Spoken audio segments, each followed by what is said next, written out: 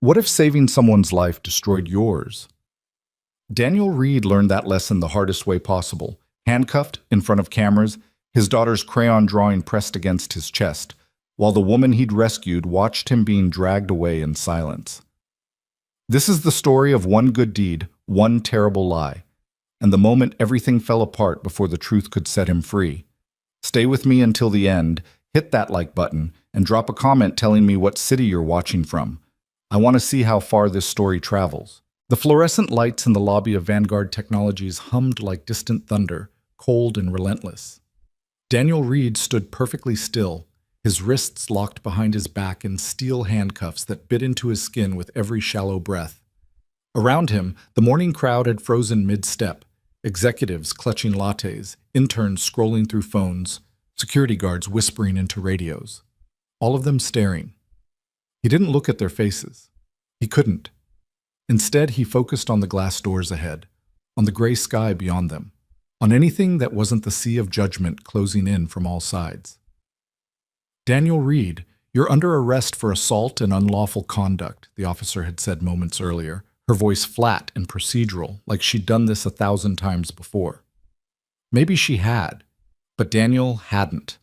This was his first time being handcuffed, his first time hearing the metallic click of his freedom disappearing, his first time being accused of something he didn't do. Behind him, someone's phone camera flashed. Then another. The whispers grew louder, spreading like wildfire through the crowd. That's him, the driver. I heard he... with the CEO? Oh my God, I can't believe... Daniel closed his eyes. The voices blurred together into a single crushing wave of noise. He thought of his daughter, Emma, 7 years old, gap-toothed smile. Her drawing was still folded in his shirt pocket. 3 stick figures holding hands under a smiling sun. She'd given it to him that morning at breakfast, her small fingers sticky with maple syrup. That's you, me, and Mama in heaven, she'd said, pointing to each figure. He'd kissed the top of her head and promised her pancakes for dinner. Now he didn't know if he'd ever make it home to keep that promise. Let's go. The officer's grip tightened on his elbow, steering him toward the doors. Daniel's legs moved mechanically, one foot in front of the other, his body on autopilot while his mind screamed in a language he couldn't understand. This wasn't real. This couldn't be real. But the cold metal around his wrists said otherwise. The cameras said otherwise. The faces, so many faces, all of them strangers, all of them convinced they knew exactly who he was, said otherwise. As they reached the glass doors, Daniel caught a reflection in the polished surface. His own face stared back at him, pale and gaunt, eyes ringed with exhaustion. He looked like a man who'd already lost. Behind his reflection, standing near the elevator bank, was Victoria Lane, the CEO of Vanguard Technologies. The woman he'd saved 3 nights ago. The woman who, according to the police, had filed a report against him. She stood perfectly still in her tailored charcoal suit, her dark hair pulled back in a severe bun, her expression unreadable. Their eyes met for half a second, just long enough for Daniel to see something flicker across her face. Doubt? Regret? Fear? Then she looked away. The doors opened. Cold air rushed in, and Daniel Reed, a single father who'd spent his entire life trying to do the right thing, was led outside into a world that had already decided he was guilty. 3 days earlier. The anniversary gala for Vanguard Technologies was everything Daniel had expected. Too loud, too crowded, and too expensive for anyone who actually worked for a living. Crystal chandeliers dripped from the ceiling of the downtown ballroom like frozen waterfalls. Men in tuxedos clustered around the bar, their laughter sharp and performative. Women in evening gowns glided between them, heels clicking against marble floors. Daniel stood near the back wall in his pressed black suit, hands clasped behind his back, eyes scanning the room with the practiced invisibility of someone who'd spent 15 years as an executive driver. His job tonight wasn't to enjoy the party. It was to be ready. Ready to drive Ms. Lane home when she needed. Ready to open doors, carry bags, wait in silence. Ready to be invisible. He was good at invisible. More champagne? A server appeared at his elbow, tray balanced perfectly on one palm. I'm working. Daniel said quietly. But thank you. The server nodded and disappeared into the crowd. Daniel's eyes tracked back to Victoria Lane, who stood near the center of the room surrounded by board members and investors. She was laughing at something one of them said, but Daniel had driven her long enough to recognize the difference between her real laugh and her performance laugh. This was performance. Her shoulders were tight. Her smile didn't reach her eyes. She'd been working 16-hour days for the past month, preparing for the launch of Vanguard's new AI platform. Daniel knew because he'd driven her home every night, watched her collapse into the back seat with her laptop still open, still typing emails at red lights. She's going to burn out, his friend Marcus had said last week over coffee. Marcus worked in the building's mailroom, heard all the gossip. They're saying she hasn't slept more than 4 hours a night in weeks. Daniel had shrugged. Not my business. You care about her, though. I can tell. I care about doing my job. But Marcus was right, in a way Daniel wouldn't admit out loud. He did care. Not in any inappropriate way. He'd never crossed that line, never even thought about crossing it. But he'd spent enough time around Victoria Lane to see past the CEO facade. He'd seen her take calls from her elderly mother at midnight, her voice gentle and patient. He'd seen her cry exactly once, after a board meeting where they'd tried to force her out, her hands shaking so hard she couldn't buckle her own seatbelt. He'd driven her in silence that night, and when they arrived at her apartment, she'd whispered, "Thank you, Daniel." Not for the ride, for the silence, for not asking questions she didn't want to answer. Now, watching her navigate the crowd with that same forced smile, Daniel felt a familiar knot of concern in his chest. She was drinking too much. He could tell from the way she held her glass, the way her gestures had grown looser, less controlled. At 10:47 p.m., she excused herself from a conversation and headed toward the hallway that led to the bathrooms. Daniel straightened, ready to follow at a discreet distance if needed, but she disappeared around the corner before he could move. 10 minutes passed. 15. 20. Daniel frowned. He pulled out his phone, checking for messages. Nothing. He scanned the room again, looking for her dark hair, her distinctive silhouette. She wasn't at the bar, wasn't near the stage, wasn't anywhere he could see. 30 minutes. Something was wrong. Daniel crossed the ballroom, moving quickly but not running, never drawing attention. He slipped into the hallway, checked the women's bathroom entrance. A woman exiting gave him a strange look.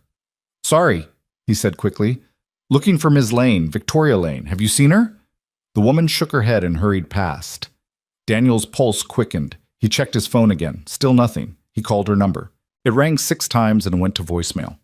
"This is Daniel," he said after the beep. "Just checking in. Let me know if you need anything." He ended the call and stood in the hallway, thinking. Where would she go? Not back to the party. She would have passed him. Not outside through the front entrance. Security would have seen her. The parking garage.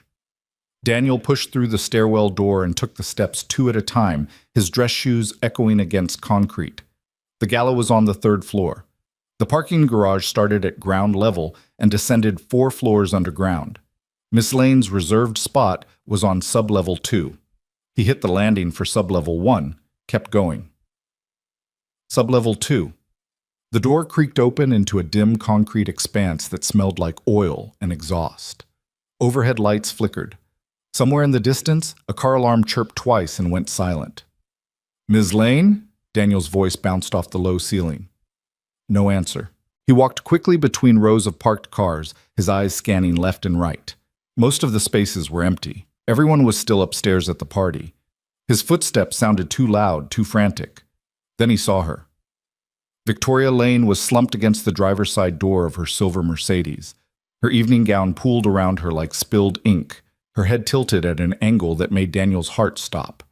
Her purse had fallen open beside her, contents scattered across the oil-stained concrete. One of her shoes was missing. "Ms. Lane!" Daniel ran the last 20 feet and dropped to his knees beside her. "Ms. Lane, can you hear me?" No response. Her eyes were closed, her breathing shallow and rapid. Her skin was clammy, cold to the touch. Daniel's mind raced through possibilities. Too much alcohol, low blood sugar, a medical emergency he wasn't equipped to handle. He pulled out his phone with shaking hands and dialed 911. "911, what's your emergency?" "I need an ambulance," Daniel said, his voice tight and controlled despite the panic clawing at his throat. "I have an unconscious woman in a parking garage. She's breathing, but unresponsive." "What's your location, sir?" He gave the address, the sublevel, the closest cross streets. The dispatcher's voice was calm, methodical, asking questions he answered on autopilot while his other hand checked Victoria's pulse. Weak, but steady. "Ambulance is en route," the dispatcher said. "Estimated arrival in 8 minutes. Is she in any immediate danger?" Daniel looked around. The parking garage was cold, isolated. Cameras in the corners, but no people, no witnesses, no help. "I don't know," he said honestly. "She's cold. I think she's been here a while. Stay with her. Keep her warm if you can. Don't move her unless absolutely necessary." Daniel ended the call and shrugged out of his suit jacket, draping it carefully over Victoria's shoulders.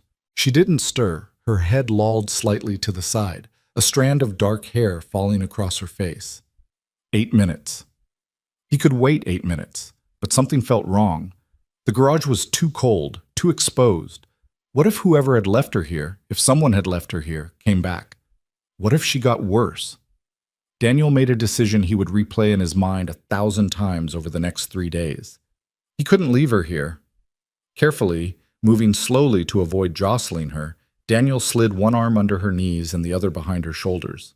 She was lighter than he expected, her body limp and unresisting as he lifted her against his chest. Her head fell against his shoulder, her breath warm against his neck. "It's okay," he whispered, though she couldn't hear him. "You're going to be okay." He carried her toward the stairwell, moving as quickly as he dared. Each step echoed. Each breath felt too loud. His arms burned with the effort of holding her steady, but he didn't stop. Couldn't stop. The stairwell door was heavy. He shouldered it open and started climbing, one step at a time, counting floors in his head. Ground level. First floor, second floor. By the time he reached the third floor, his muscles were screaming. Sweat dripped down his spine despite the cold. But he kept going, kept climbing, until he pushed through the door that led to the ballroom's back service corridor. Voices echoed from somewhere nearby. Servers probably, cleaning up. Daniel turned the opposite direction, heading for a small lounge area he'd seen earlier near the coat check. Private, quiet, warm. He shouldered through another door and found himself in a dimly lit room with 2 leather couches and a coffee table. Perfect. He lowered Victoria onto one of the couches as gently as he could, positioning her on her side in case she got sick. His jacket was still draped over her shoulders. He grabbed a decorative throw blanket from the other couch and added it on top. Then he sat on the floor beside her and waited. His phone buzzed. The 911 dispatcher, checking in. He explained the new location, gave specific directions. The dispatcher confirmed the ambulance would meet him there instead. Victoria's eyes fluttered. A small sound escaped her throat. Not quite a word, not quite a moan. "You're safe," Daniel said quietly.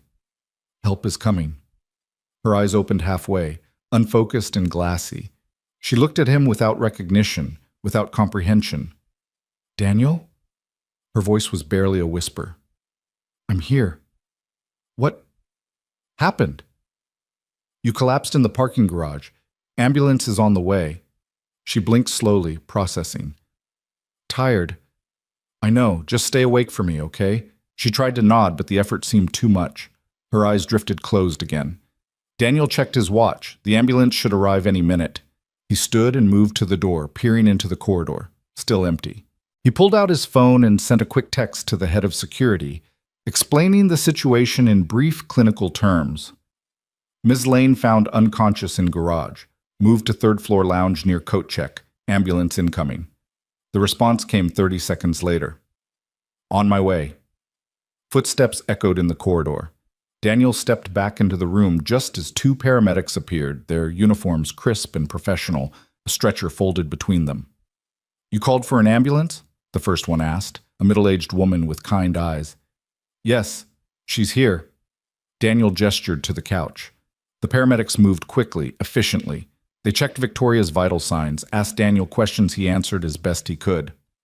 No, he didn't know if she had any medical conditions. No, he didn't know what she'd had to drink. Yes, he was the one who found her. Yes, he'd moved her. He explained about the parking garage, the cold, the isolation. The female paramedic nodded. You did the right thing. She's stable, but we need to get her to a hospital for evaluation. They transferred Victoria to the stretcher with practiced ease. She mumbled something incoherent, her eyes still closed. Daniel stood back, hands in his pockets, suddenly aware of how exhausted he felt. Are you family? The other paramedic asked. No, I'm her driver. We'll need someone to meet us at the hospital. Does she have family we should contact? Daniel thought for a moment. I'll take care of it. The paramedics nodded and wheeled Victoria toward the door. As they passed, her hand slipped out from under the blanket and hung limp over the side of the stretcher. Without thinking, Daniel reached out and tucked it back under the blanket, his fingers brushing against hers for just a second. Then they were gone. Daniel stood alone in the empty room, his suit jacket still on the couch where Victoria had been lying, the decorative blanket crumpled on the floor. He picked up his jacket and checked the pockets. Phone, wallet, keys, everything accounted for. His phone buzzed again. Security, where are you? Third floor lounge. They just took her. Stay there. Daniel sat on the couch and waited.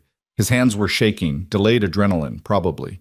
He laced his fingers together and stared at the floor, replaying the last hour in his mind. Had he done the right thing? Should he have waited for the ambulance in the garage? Should he have called someone from the party first?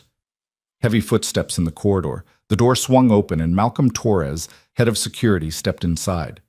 He was a big man, ex-military, with a shaved head and a no-nonsense expression that rarely changed. Reed. He crossed the room in 3 strides. What happened? Daniel told him everything. The timeline, the parking garage, the phone call, the decision to move her. Malcolm listened without interrupting, his expression unreadable. When Daniel finished, there was a long pause. You did good, Malcolm said finally. Could have been a lot worse if you hadn't found her. Daniel nodded, relief washing over him. Someone should go to the hospital. Make sure she's okay. Already handled. Her assistant is on the way. Malcolm pulled out his phone and made a note. I'll need you to write up an incident report. Details, timeline, everything you remember. Of course. And Reed? Malcolm's eyes were sharp. This stays quiet. Understood? Understood. Malcolm clapped him on the shoulder and left. The door swung shut behind him, and Daniel was alone again. He stood slowly, his legs stiff and sore. His watch read 11:52 p.m. The party would be winding down now, guests trickling out in pairs and groups, drunk on champagne and self-importance. No one would know what had happened. No one except the paramedics, security, and Daniel. Invisible, just like always. Daniel collected his jacket and headed for the parking garage to get his car. Tomorrow was Saturday, his day with Emma. They had plans to go to the park, maybe get ice cream if the weather held. Normal life, safe life. He had no way of knowing that in 72 hours, his entire world would collapse. Saturday, 8:43 m. Emma Reed sat at the kitchen table with a pink crayon in one hand and a waffle in the other, narrating her drawing with the kind of serious concentration only a 7-year-old could manage. And this is me, she said, adding another stick figure to the paper. And this is you, Daddy, and this is Mama in heaven with the angels. Daniel poured orange juice into her plastic cup, the one with the cartoon unicorns. That's beautiful, sweetie. Do you think Mama can see us from heaven? The question landed like a punch to the chest, the way it always did. Daniel set down the juice carton and moved to the table, crouching beside Emma's chair so their eyes were level. I think, he said carefully, that if there's a heaven, and if Mama is there, she sees you every single day, and she's so proud of you. Emma considered this, her small face serious. Because I'm good at drawing? Because you're good at being you. She smiled, that gap-toothed, syrup-sticky smile that made everything else in the world worth it, and went back to her drawing. Daniel stood and returned to the stove where his own waffle sat cooling and forgotten. 3 years since Sarah died. 3 years of learning how to be both parents at once, how to answer impossible questions, how to keep going when grief tried to pull him under. He was doing okay. Not great, but okay. Emma was happy, healthy, loved. That was what mattered. His phone buzzed on the counter. A text from an unknown number. This is Victoria Lane. I wanted to thank you for last night. You may have saved my life. I'm doing well, being released from the hospital this afternoon. I won't forget what you did. Daniel read it twice. A warm feeling spread through his chest. Not pride exactly, but something close. Satisfaction. The knowledge that he'd made the right choice. He typed a reply. Glad you're okay. That's all that matters. Take care. He almost added something else. Some pleasantry about hoping she got some rest, or that he'd see her Monday morning, but decided against it. Short and professional. That was better. Emma appeared at his elbow, holding up the finished drawing. Can you keep this? Of course I can. Forever? Forever. She beamed and skipped back to the table. Daniel carefully folded the drawing and slipped it into his wallet, next to Emma's school photo and the insurance card he hoped he'd never need to use. His phone buzzed again. Another text, this one from Malcolm Torres. Need to see you Monday morning, 9 a.m. My office. Don't be late. Daniel frowned. Malcolm's texts were usually brief, but this felt different, more formal. He typed back, Is everything okay? No response. Daniel stared at the screen for a long moment, unease creeping up his spine like cold fingers. He told himself it was nothing, probably just the incident report, probably just standard procedure, probably nothing to worry about. But the knot in his stomach didn't believe him. Monday, 8:51 a.m. Daniel arrived at Vanguard Technologies 9 minutes early, the way he always did. Early meant prepared. Early meant professional. Early meant invisible. He parked in the employee lot and walked across the plaza toward the glass tower that housed Vanguard's headquarters. The morning was cold and gray, the kind of weather that made his joints ache and his coffee taste bitter. He dropped Emma at school 20 minutes ago, watching her run toward the playground in her bright yellow raincoat, her backpack bouncing against her shoulders. Have a good day, Daddy, she'd called over her shoulder. You too, baby girl. Now, climbing the steps to Vanguard's lobby, Daniel tried to shake off the unease that had been following him since Saturday. Malcolm's text had been cryptic, yes, but that didn't mean anything bad. Maybe they wanted to commend him. Maybe they wanted more details for the insurance report. Maybe he was worrying over nothing. The lobby was already busy with the Monday morning rush. Executives in sharp suits, assistants juggling coffee trays, interns speed-walking toward elevators with their heads down. Daniel swiped his ID badge and headed for the security office on the second floor. Malcolm's door was open. Daniel knocked twice and stepped inside. Malcolm sat behind his desk, his expression grave. Beside him stood a woman Daniel didn't recognize, blonde, middle-aged, wearing a police uniform. The knot in Daniel's stomach tightened into a fist. Daniel Reed? The officer asked. Yes. She stepped forward, her hand already moving toward the handcuffs on her belt. Mr. Reed, you're under arrest for assault and unlawful conduct. You have the right to remain silent. The words washed over him like white noise. Daniel's brain couldn't process them, couldn't make them fit into any reality he understood. He looked at Malcolm, searching for some explanation, some indication this was a mistake. Malcolm wouldn't meet his eyes. Wait, Daniel said, his voice hoarse. There's been a mistake. I didn't be... Anything you say can and will be used against you in a court of law, the officer continued, pulling his arms behind his back. The handcuffs clicked into place, cold and unforgiving.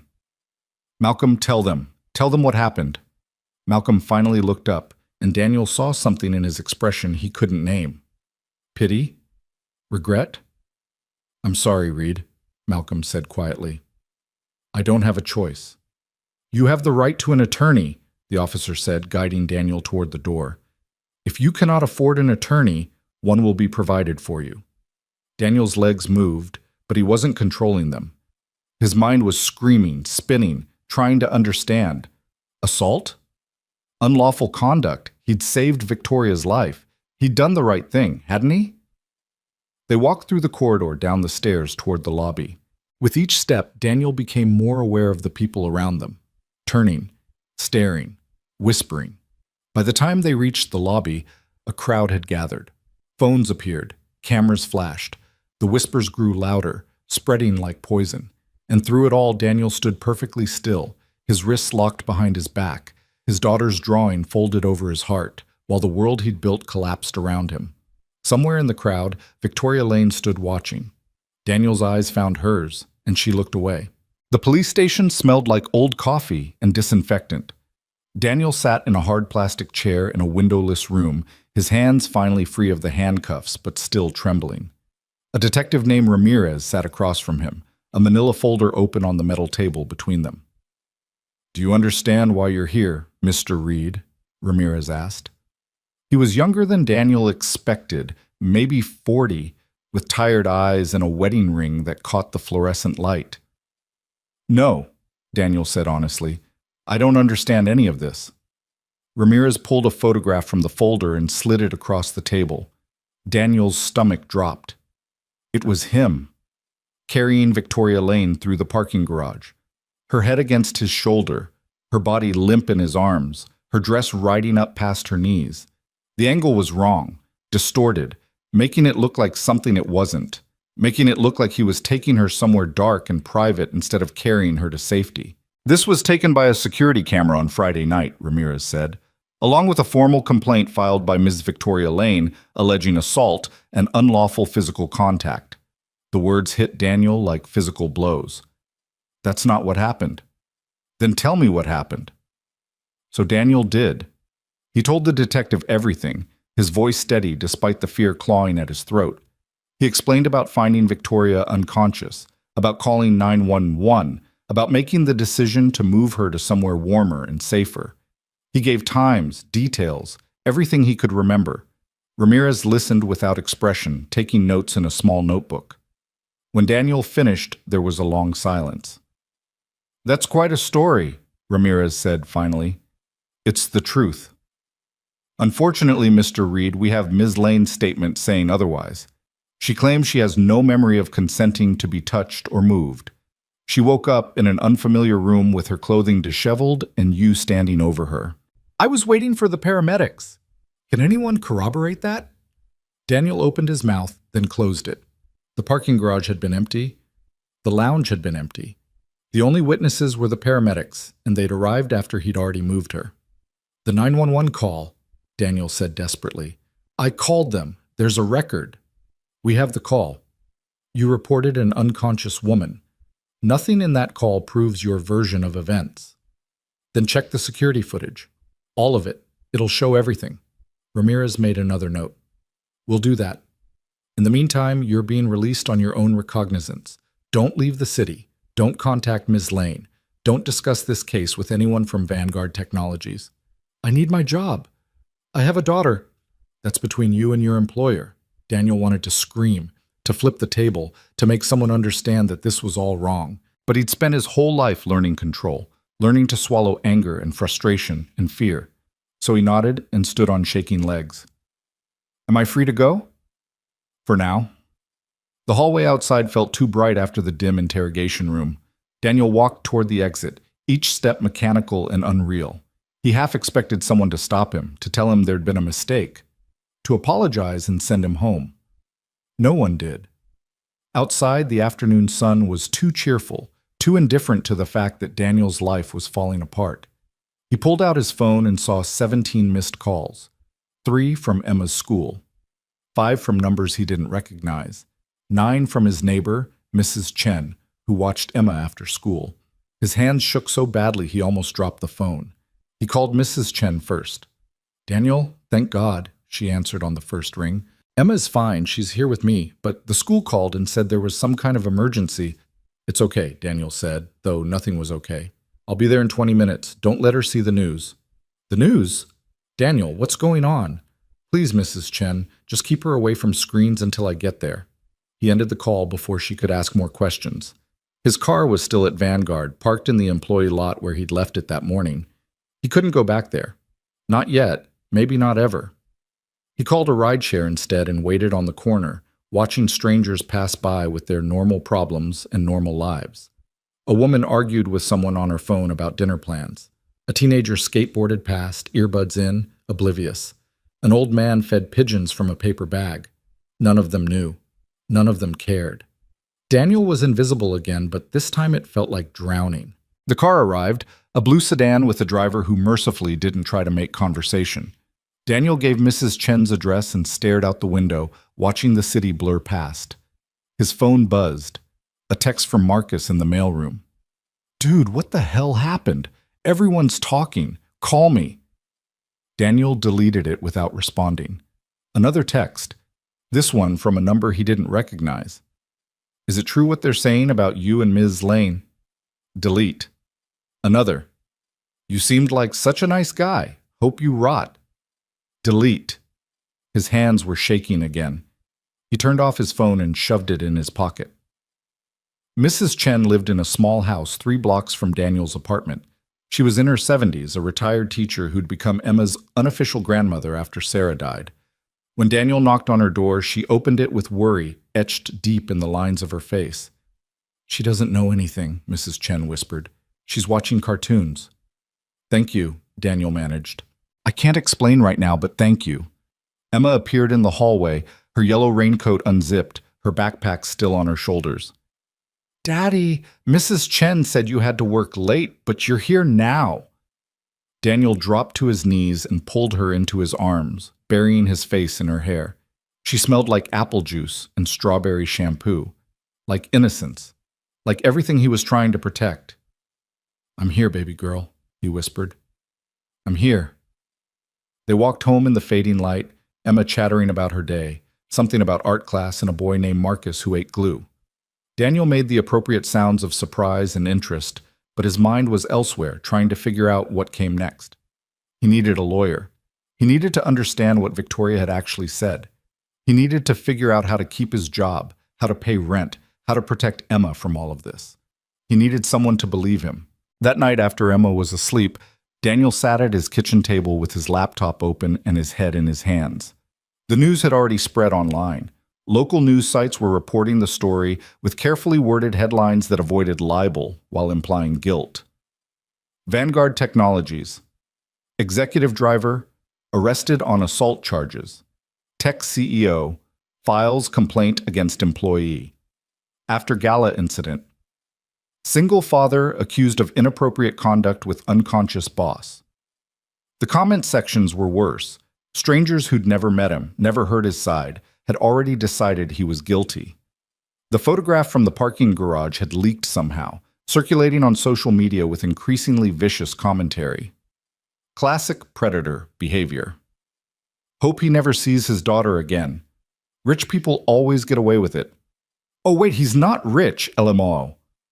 Daniel closed the laptop before he could read more. His phone sat on the table, still powered off, a small rectangle of glass and metal that suddenly felt like a bomb. He needed to call a lawyer, but every attorney he found online wanted a retainer he couldn't afford. Public defenders were overworked and overwhelmed, and Daniel had no idea how the legal system actually worked beyond what he'd seen in movies. A soft sound from Emma's room made him freeze. He waited, listening. Just her talking in her sleep, probably dreaming about glue-eating Marcus or whatever 7-year-olds dreamed about. Daniel walked to her doorway and watched her sleep, her small body curled around her favorite stuffed rabbit, her face peaceful in the glow of her nightlight. She had Sarah's nose, Sarah's stubborn chin. Sometimes when Emma laughed, Daniel heard his dead wife's voice echoing through time. He'd promised Sarah in those final terrible weeks that he'd keep Emma safe, that he'd give her a good life, that he'd be enough for both of them. He was failing. The thought hit him so hard he had to grip the doorframe to stay upright. He'd done everything right, worked hard, stayed out of trouble, raised his daughter with love and patience. And it hadn't mattered. One good deed, one act of basic human decency, and his entire life was collapsing. His phone buzzed in his pocket. Still on, apparently. The screen lit up with another text. "This is Victoria Lane. I need to speak with you. It's important." Daniel stared at the message for a long moment. The detective's words echoed in his head. "Don't contact Ms. Lane. Don't discuss this case." But Victoria had contacted him. That was different, wasn't it? He typed a response with shaking fingers. "I was told not to contact you." 3 dots appeared immediately. She was typing. "I know, but we need to talk. Can you meet me tomorrow? Somewhere private." Why should I trust you? The dots appeared and disappeared several times before her response came through. Because I don't remember what happened that night. And I need to understand. Daniel felt something shift in his chest. Not quite hope, but close. If Victoria didn't remember, then maybe she didn't actually file the complaint. Maybe someone else had done it in her name. Maybe there was still a chance to fix this. Or maybe it was a trap. He typed, "Where?" "There's a coffee shop on Maple Street. The Grindhouse, 2 p.m. tomorrow. Come alone." Daniel hesitated, his thumb hovering over the keyboard. Every instinct screamed that this was a bad idea. Meeting her would violate the detective's orders. It could make everything worse. But it could also make things better. It could give him answers. And right now, answers were the only thing he had left to fight for. "I'll be there." He powered off his phone again and returned to the kitchen table. Sleep felt impossible, but he had to try. Tomorrow was already looming, full of unknowns and dangers he couldn't predict. He checked on Emma one more time, then collapsed on the couch, fully clothed, too exhausted to make it to his own bedroom. His eyes closed, his mind raced, and somewhere between fear and fury, he finally fell into a dreamless sleep. The alarm on his phone woke him at 6:30. Daniel had slept maybe 3 hours, and his body felt like it had been run over by a truck. He dragged himself to the shower, stood under scalding water until his skin turned red, then dressed in his last clean shirt and yesterday's pants. Emma was already awake, sitting at the kitchen table with her cereal, swinging her legs and humming a song from some kid's show. She looked up when Daniel entered, and her face split into a smile. "Morning, Daddy." "Morning, sweetie." "Are you taking me to school today?" Daniel's heart clenched. He had no car, no way to get to Vanguard to retrieve it without facing the stares and whispers. And even if he did get it back, he'd been suspended, probably fired, though no one had officially told him yet. "Mrs. Chen is going to take you today," he said, forcing cheerfulness into his voice. "I have some errands to run." Emma's face fell slightly. "But you always take me." "I know, baby, but today's special. Mrs. Chen has a surprise for you." That was a lie. Mrs. Chen had no surprise. But Emma brightened anyway, and Daniel made a mental note to text Mrs. Chen and ask her to pick up some cookies or something on the way to school. At 7:45, Emma kissed him goodbye and skipped out the door with Mrs. Chen, who gave Daniel a long, searching look before leading Emma away. Daniel stood in the doorway until they disappeared around the corner, then closed the door and leaned against it. He had 6 hours until the meeting with Victoria. 6 hours to figure out what to say, how to say it, whether to trust her at all. He made coffee and tried to eat toast, but his stomach rejected everything. Instead, he sat at the kitchen table and forced himself to think like a driver, methodical, careful, always 3 steps ahead. What did he know? Victoria claimed not to remember the night. Someone had filed a complaint in her name. The police had a photograph that looked damning out of context. His job was gone, his reputation was destroyed, and Emma's life would be affected by all of it. What did he need? Proof of his innocence? The security footage? Testimony from the paramedics?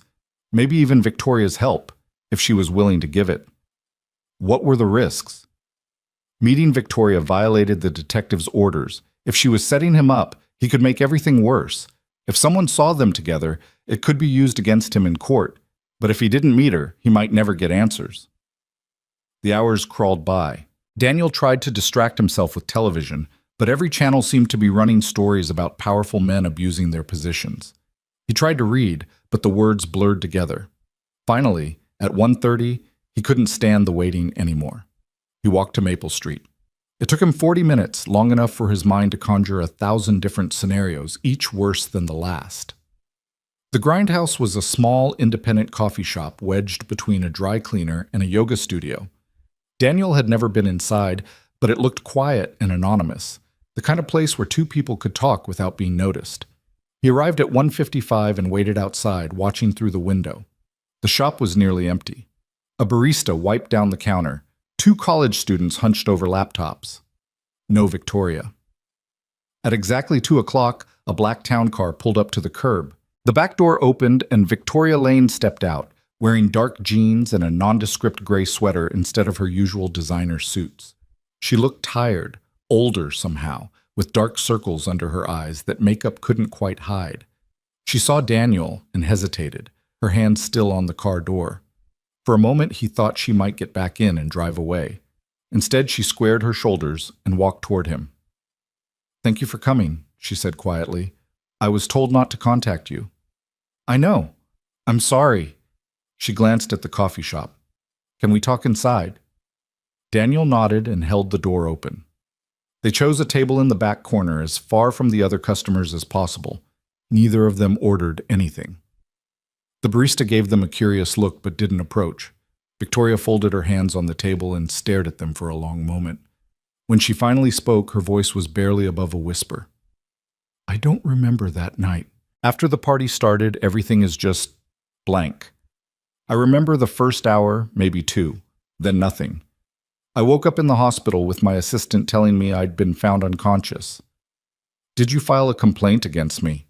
Daniel asked bluntly. "No." She looked up, meeting his eyes. "I didn't. I swear I didn't. When the police came to the hospital, they said a complaint had already been filed. They showed me paperwork with my name on it, but I never signed anything. I never said anything." Daniel felt something loosen in his chest. "Then who did?" "I don't know, but I'm trying to find out." "Why should I believe you?" "Because I have nothing to gain by lying to you here. If I wanted to hurt you, I could just let the legal system do it. But I don't want that. I want the truth." They sat in silence for a moment. The coffee shop's speakers played soft jazz. Outside, a bus rumbled past. "Tell me what happened," Victoria said finally. "From your perspective." So Daniel did. He told her everything, just like he'd told the detective, but this time with more detail.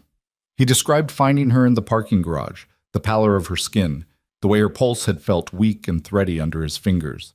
He told her about the phone call, the decision to move her, the weight of her body in his arms. Victoria listened without interrupting, her expression unreadable.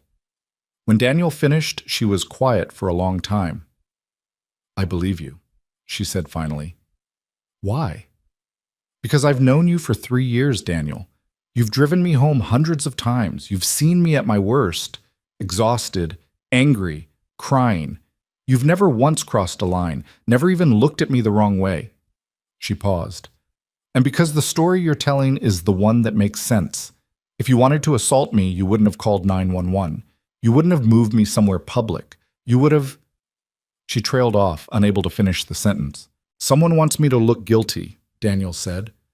"Someone filed that complaint in your name. Someone took that photograph and made sure the police saw it."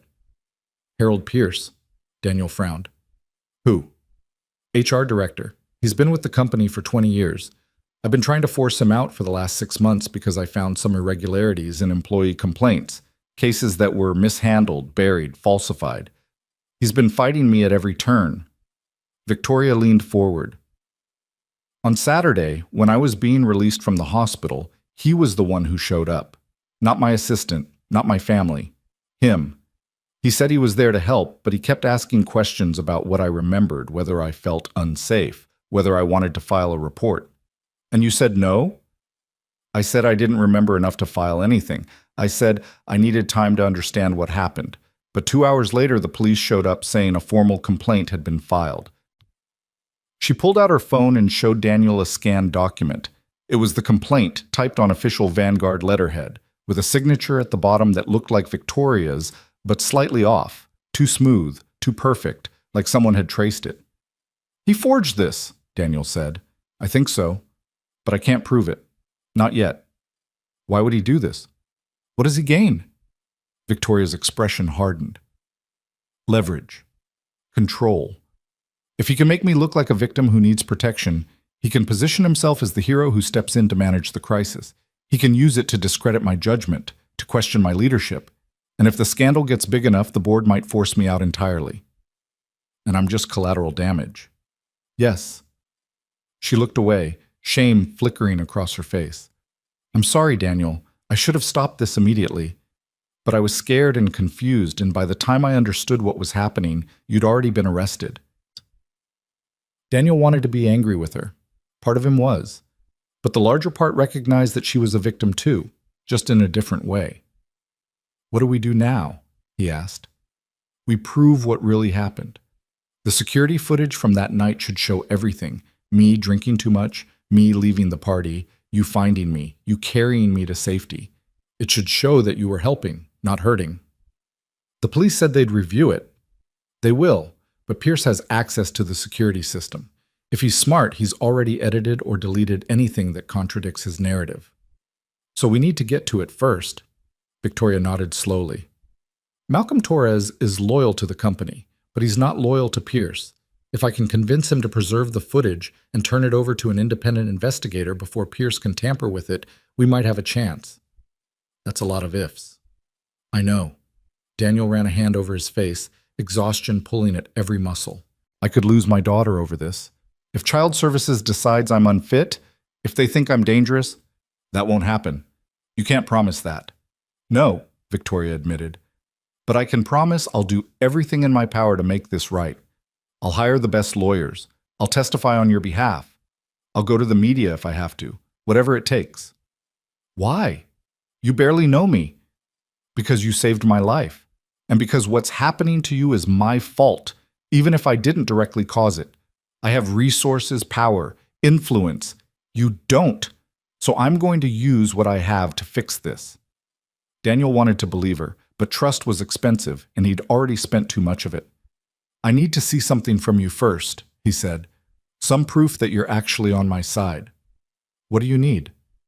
A statement, in writing, saying you never filed that complaint, that you believe I acted to help you, that you're calling for the charges to be dropped. Give it to the police. Give it to the media. Make it public. Victoria hesitated. If I do that, Pierce will know I'm on to him. He'll destroy evidence, build his own defense. It could make it harder to prove what he did. I don't care about what happens to Pierce, Daniel said, his voice harder than he intended. I care about clearing my name. I care about making sure my daughter doesn't grow up thinking her father is a predator. You're right. Victoria pulled out her phone. I'll draft something now. I'll have my personal attorney review it, then I'll release it tonight. Thank you. They sat in silence for another moment. The barista was watching them now, probably wondering why two people were having such an intense conversation without buying anything. I should go, Daniel said, standing. If someone sees us together... Wait. Victoria reached into her bag and pulled out an envelope. This is 3 months' salary. I know you've been suspended without pay. Daniel stared at the envelope but didn't take it. I can't accept that. Yes, you can. You have a daughter to feed. And this isn't charity. It's the least I can do while we sort this mess out. It looks like hush money. Then don't think of it as coming from me. Think of it as an advance on the settlement you'll eventually get from Vanguard for wrongful termination. Daniel's pride wanted to refuse, but his bank account was nearly empty, and rent was due in 2 weeks. Slowly, he reached out and took the envelope. Thank you, he said quietly. I'll be in touch. Don't call me unless it's an emergency. The police might be monitoring communications, but I'll find ways to update you. She stood and walked toward the door without looking back. Daniel watched her go, the envelope heavy in his hand, hope and suspicion warring in his chest. Outside, the world continued as normal. Cars passed. People walked their dogs. The sun emerged from behind a cloud, casting long shadows across the sidewalk. Daniel tucked the envelope into his jacket and started the long walk home. He made it 3 blocks before he saw the van. It was parked across the street, a nondescript white vehicle with tinted windows. Daniel might not have noticed it at all if the side door hadn't been slightly open, revealing the dark shape of a camera inside. Someone was filming him. Daniel's heart rate spiked. He turned away, walking faster, trying not to look like he was running. But he could feel the camera tracking him, could imagine the headlines already being written. Accused driver meets secretly with victim alleged assailant. Violates no contact order. Single, father, caught in suspicious meeting with CEO. He ducked into a grocery store and moved quickly toward the back, weaving between aisles until he was sure he'd lost sight of the street. His hands were shaking again. His breath came too fast. Someone was watching. Someone knew about the meeting, and they were building a case against him, piece by piece, photograph by photograph. Daniel pulled out his phone and texted Victoria a single word. Followed. Her response came 30 seconds later. I know. I saw them too. Be careful. Daniel waited in the grocery store for 20 minutes, pretending to shop, filling his time by reading cereal boxes and comparing prices on canned soup. When he finally emerged, the van was gone, but the damage was done. Someone now had footage of him meeting with Victoria, violating the detective's explicit orders. It didn't matter that she'd contacted him first. It didn't matter that they were trying to uncover the truth. All that mattered was how it looked. And it looked like guilt. Daniel made it home as the sun was setting, his nerves frayed and his mind racing. He checked his phone and found a text from Mrs. Chen saying Emma was fed and happy and could stay the night if Daniel needed space. He needed space. He needed time to think, to plan, to figure out his next move. He texted back his thanks and collapsed on the couch, the envelope from Victoria still in his jacket pocket. He pulled it out and counted the bills inside. $15,000. Enough to keep them afloat for months if he was careful, or enough to look like a payoff if someone decided to spin it that way. Daniel shoved the money back in the envelope and hid it in the kitchen behind the cereal boxes Emma never touched. Then he pulled out his laptop and searched for the news. Victoria's statement hadn't been released yet, but other stories had appeared, each one worse than the last. Someone had leaked his name to the press. His photograph, not the parking garage shot, but his employee ID photo, was circulating online alongside speculation and rumor. The comments were vicious. Strangers called for his imprisonment, his death, his daughter to be taken away. They shared his address, his phone number, details about Sarah's death that they'd dug up from old obituaries. Daniel closed the laptop before he could read more. His phone buzzed with another unknown number. He powered it off without checking. The apartment felt too small, too quiet, too full of dangers he couldn't see or fight. He thought about Emma, safe at Mrs. Chen's house, oblivious to the storm gathering around them. He thought about Sarah, gone 3 years but still present in every corner of this life they'd built together. He thought about Victoria, taking a risk to meet him, promising to help but maybe just making everything worse. And he thought about Harold Pierce, a man he'd never even met, who apparently hated Victoria enough to destroy an innocent life as collateral damage. Daniel had never been a fighter. He'd spent his whole life avoiding conflict, staying invisible, keeping his head down. But invisibility had failed him. Compliance had failed him. Maybe it was time to fight back. He pulled out his laptop again and started typing, documenting everything he could remember from the past 3 days. Times, dates, conversations, observations. If this went to court, he'd need every detail. If it went to the media, he'd need his own narrative. He worked through the night, stopping only when exhaustion forced his eyes closed. And when he finally slept, he dreamed of Emma's drawing, 3 stick figures holding hands under a smiling sun, and woke with tears on his face and a determination he hadn't felt in years. Whatever came next, he wouldn't face it alone. And he wouldn't go down without a fight. The morning after brought no relief. Daniel woke on the couch with a stiff neck and the bitter taste of fear still coating his tongue. Sunlight streamed through the apartment windows, indifferent to his suffering, and somewhere down the hall a neighbor's television droned the morning news. He reached for his phone out of habit before remembering he'd turned it off. When he powered it on, the screen flooded with notifications. 43 missed calls, 67 text messages, emails stacking up faster than he could count.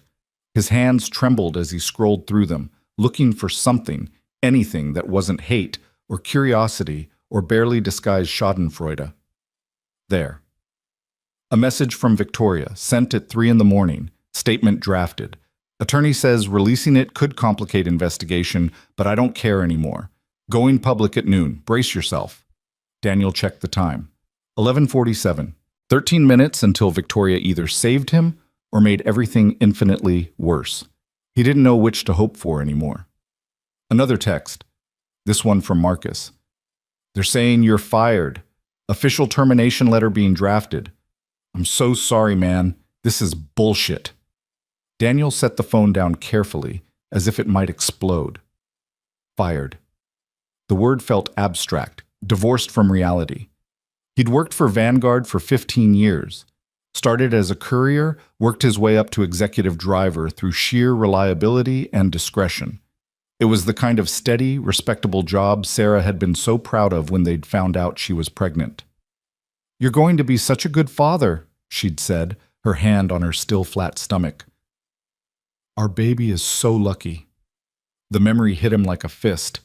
Daniel stood abruptly, needing movement, needing to do something with the energy crackling through his nervous system. He paced the small living room, then gave up and headed for Emma's room. Her bed was neatly made. Mrs. Chen's work, probably. Stuffed animals arranged just so on the pillow, drawings taped to the walls, a gallery of stick figures and rainbow suns and houses with triangle roofs. Daniel stood in the doorway and tried to imagine explaining this to her, tried to find words that would make sense to a 7-year-old without terrifying her. His phone buzzed. Malcolm Torres.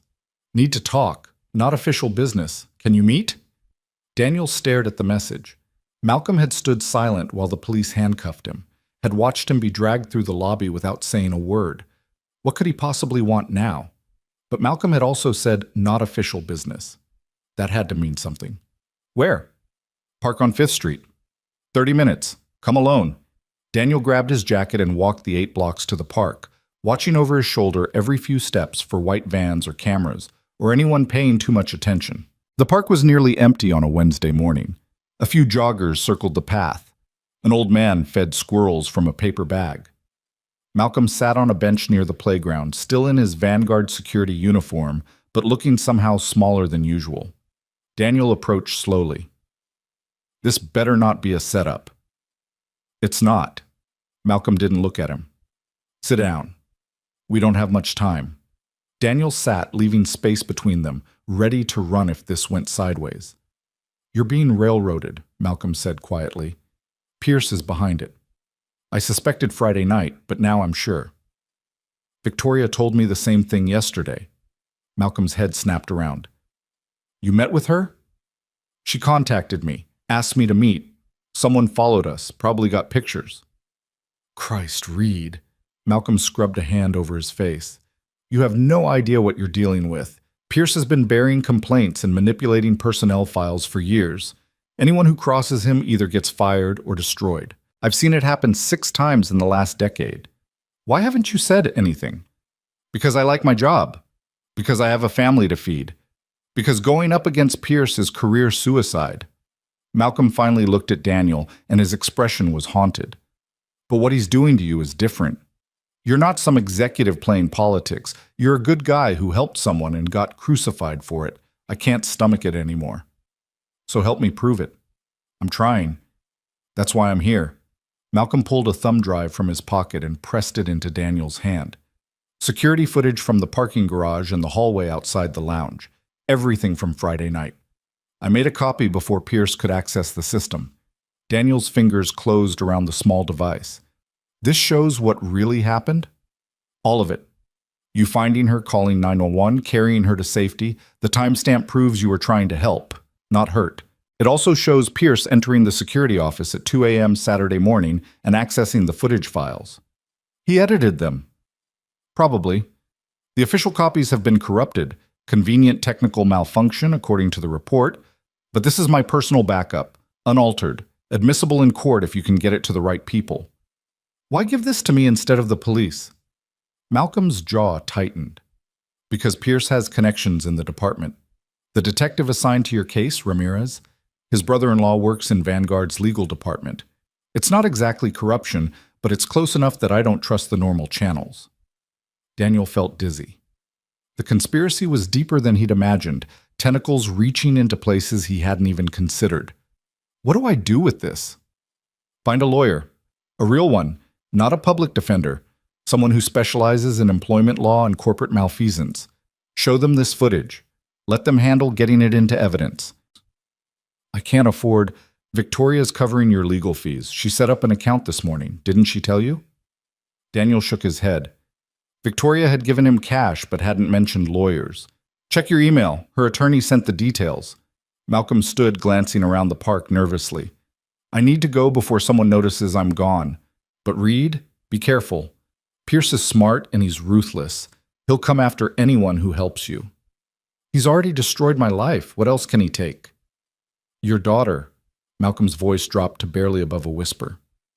Pierce knows people in child services. If he wants to make your life hell, he can manufacture complaints, trigger investigations, Make it look like you're an unfit parent. I've seen him threaten it before. The world tilted sideways. Daniel gripped the bench to stay upright. He wouldn't. He would. So be smart. Don't give him ammunition, and whatever you do, don't confront him directly. Let the lawyers handle it. Malcolm walked away without another word, disappearing between the trees. Daniel sat frozen on the bench, the thumb drive burning in his palm like a live coal. Evidence, proof. The thing that could save him or paint an even bigger target on his back. His phone buzzed. Noon. Victoria's statement would be going live right now. Daniel pulled up the news on his phone and watched the story unfold in real time. Breaking. Vanguard CEO claims complaint. Filed without her consent. Victoria Lane releases statement. Supporting accused employee. Tech executive says driver saved my life, calls for charges to be dropped. The statement itself was carefully worded but unambiguous. Victoria described waking in the hospital with no memory of the night.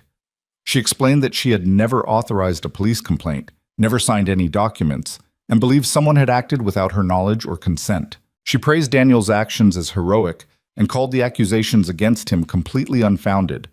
The comments section exploded instantly. Half the readers praised Victoria for standing up for the truth. The other half accused her of being manipulated, traumatized, or covering up something worse. Conspiracy theories sprouted like weeds.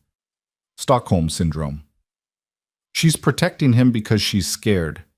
Rich people always protect each other. This is what happens when women recant. The system fails them. Daniel's stomach churned. Victoria had done exactly what he'd asked, had put her own reputation on the line to defend him, and it was making things worse. His phone rang. Unknown number. He almost didn't answer, but something made him pick up. Mr. Reed. A woman's voice, professional and crisp. This is Jennifer Lawson. I'm an attorney with Crawford and Associates. Ms. Lane has retained our services on your behalf. I'd like to meet with you this afternoon to discuss your case. I can't afford. All fees are covered. Can you come to our office at 2 p.m.? Daniel's head spun. Yes. Where? She gave him an address downtown. Daniel wrote it on his palm with a pen he found in his jacket pocket. Bring any documentation you have, Jennifer continued. Police reports, witness statements, anything related to your employment. We'll need to move quickly. I have security footage. A pause. What kind of security footage? From the night it happened. Unedited. It shows everything. Don't tell anyone else about that. Don't email it. Don't upload it anywhere. Bring it directly to the office. Do you understand? Yes. Good. See you at 2. The line went dead. Daniel sat on the park bench staring at his phone, trying to process the speed at which his life was moving. 24 hours ago, he'd been alone and helpless. Now he had evidence, a lawyer, and Victoria publicly vouching for his character. It should have felt like progress. Instead, it felt like standing on a frozen lake, hearing the ice crack beneath his feet, waiting for the moment it would give way completely. He walked home slowly, taking back streets and cutting through alleys, constantly checking for surveillance. The white van from yesterday haunted his peripheral vision, appearing in every light-colored vehicle he passed. Back at the apartment, he retrieved the envelope of cash from its hiding place and counted out enough for a month's rent plus groceries. The rest he tucked into a book on his shelf, something called Advanced Automotive Repair that no one would ever open. Then he showered, shaved, and put on his one good suit, the same one he'd worn to Sarah's funeral. The thought made him pause, halfway through knotting his tie. Sarah would know what to do. She'd always been the brave one, the fighter.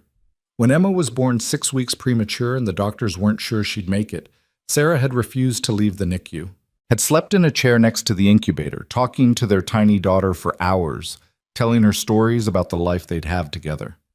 Emma had survived. Sarah hadn't, at least not long enough to see their daughter start kindergarten. Daniel finished the tie and studied himself in the mirror. He looked tired. Old. Nothing like the confident driver who'd started work at Vanguard 15 years ago. But he was still standing. That had to count for something. At 1:30, he called Mrs. Chen. Daniel, thank goodness. I've been watching the news. Is Emma okay? She's fine. She's drawing pictures. She doesn't know anything. Can you keep her one more night? Of course, but Daniel, what's happening? These accusations, this mess with your boss. I'm handling it. I have a lawyer now. Good one. It's all going to get sorted out. Mrs. Chen's silence spoke volumes. She didn't believe him. Daniel didn't blame her. Just keep her safe, he said. Please. And don't let her watch television. I won't. But Daniel, that little girl loves you more than anything in this world. Don't you forget that. I won't. He ended the call before his voice could break. Then he tucked the thumb drive into his pocket, grabbed his jacket, and headed for the bus stop. Crawford and Associates occupied the 14th floor of a glass tower downtown, the kind of building Daniel usually only entered to drop off executives. The lobby was all marble and chrome, with a security desk that made him show 2 forms of ID before issuing a visitor badge. The elevator was mirrored on all sides, reflecting Daniel's anxious face back at him from every angle. The 14th floor receptionist barely looked up when he gave his name. Ms. Lawson is expecting you. Conference room B. Conference room B had floor-to-ceiling windows overlooking the city. Jennifer Lawson stood when Daniel entered, extending a hand. She was younger than her phone voice suggested, maybe 40, with sharp eyes and a handshake that meant business. Mr. Reed, thank you for coming. She gestured to a chair. Can I get you anything? Coffee? Water? I'm fine. Then let's get started. I've reviewed the police report and the complaint filed in Ms. Lane's name. I've also spoken with Ms. Lane directly about the events of that night. Jennifer opened a laptop and turned it so Daniel could see the screen. Tell me about this security footage. Daniel pulled out the thumb drive. Malcolm Torres, head of security at Vanguard, gave this to me this morning. He says it's unedited footage from the parking garage and hallway, shows everything that happened Friday night. Jennifer took the drive carefully, holding it like something precious and dangerous. Malcolm Torres gave this to you directly? Yes. Did anyone else see him do it? No. We met at a park. He said the official footage was corrupted, but he'd made a backup. Jennifer plugged the drive into her laptop and opened the files. Daniel watched her face as she reviewed the footage, fast-forwarding through empty hallways and parking spaces until she found the relevant sections. There he was, frozen in digital reproduction, finding Victoria slumped against her car. The timestamp in the corner read 11:14 p.m. Jennifer watched him check her pulse, pull out his phone, make the call. She watched him wait, then make the decision to move her. Watched him carry her through the stairwell, his face tight with effort and concern. The second file showed the hallway outside the lounge. Daniel entering with Victoria in his arms. The door closing. 3 minutes passing. The paramedics arriving. Daniel stepping back, hands in his pockets, deliberately keeping distance. Nothing in the footage suggested malice or impropriety. Everything suggested exactly what Daniel had claimed from the beginning, a man trying to help someone in distress. Jennifer closed the laptop slowly. This is good. Very good. It corroborates your entire account. So the charges will be dropped? Not immediately. The prosecution will argue about chain of custody, claim the footage could have been doctored. But combined with Ms. Lane's statement and testimony from the paramedics, this builds a strong defense. The question is whether we go on offense or wait for the prosecution to make their next move. What do you mean, offense? Jennifer leaned back in her chair. Ms. Lane believes Harold Pierce orchestrated this entire situation. If that's true, we don't just defend against the criminal charges. We go after Pierce and Vanguard for wrongful termination, defamation, intentional infliction of emotional distress. We make them pay for what they've done to you. The idea sent a thrill through Daniel's chest, sharp and unfamiliar. Justice. Real justice. Not just clearing his name, but holding people accountable. What are the risks? He asked. Discovery goes both ways. They'll dig into your entire life.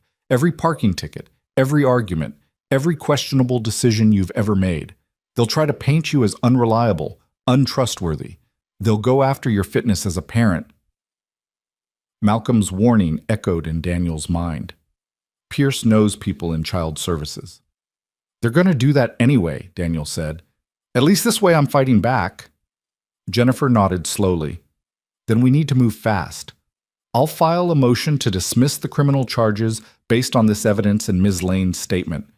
Simultaneously, we'll prepare a civil suit against Pierce and Vanguard. But I need you to understand something, Mr. Reed. This is going to get ugly. Pierce will retaliate. The media will dig deeper. Your life will be under a microscope for months, maybe years. I understand. Do you? Because once we start this, there's no backing out. We're all in or we're nothing. Daniel thought of Emma drawing pictures at Mrs. Chen's house, oblivious to the battle being waged around her. He thought of Sarah, who'd never backed down from a fight in her life.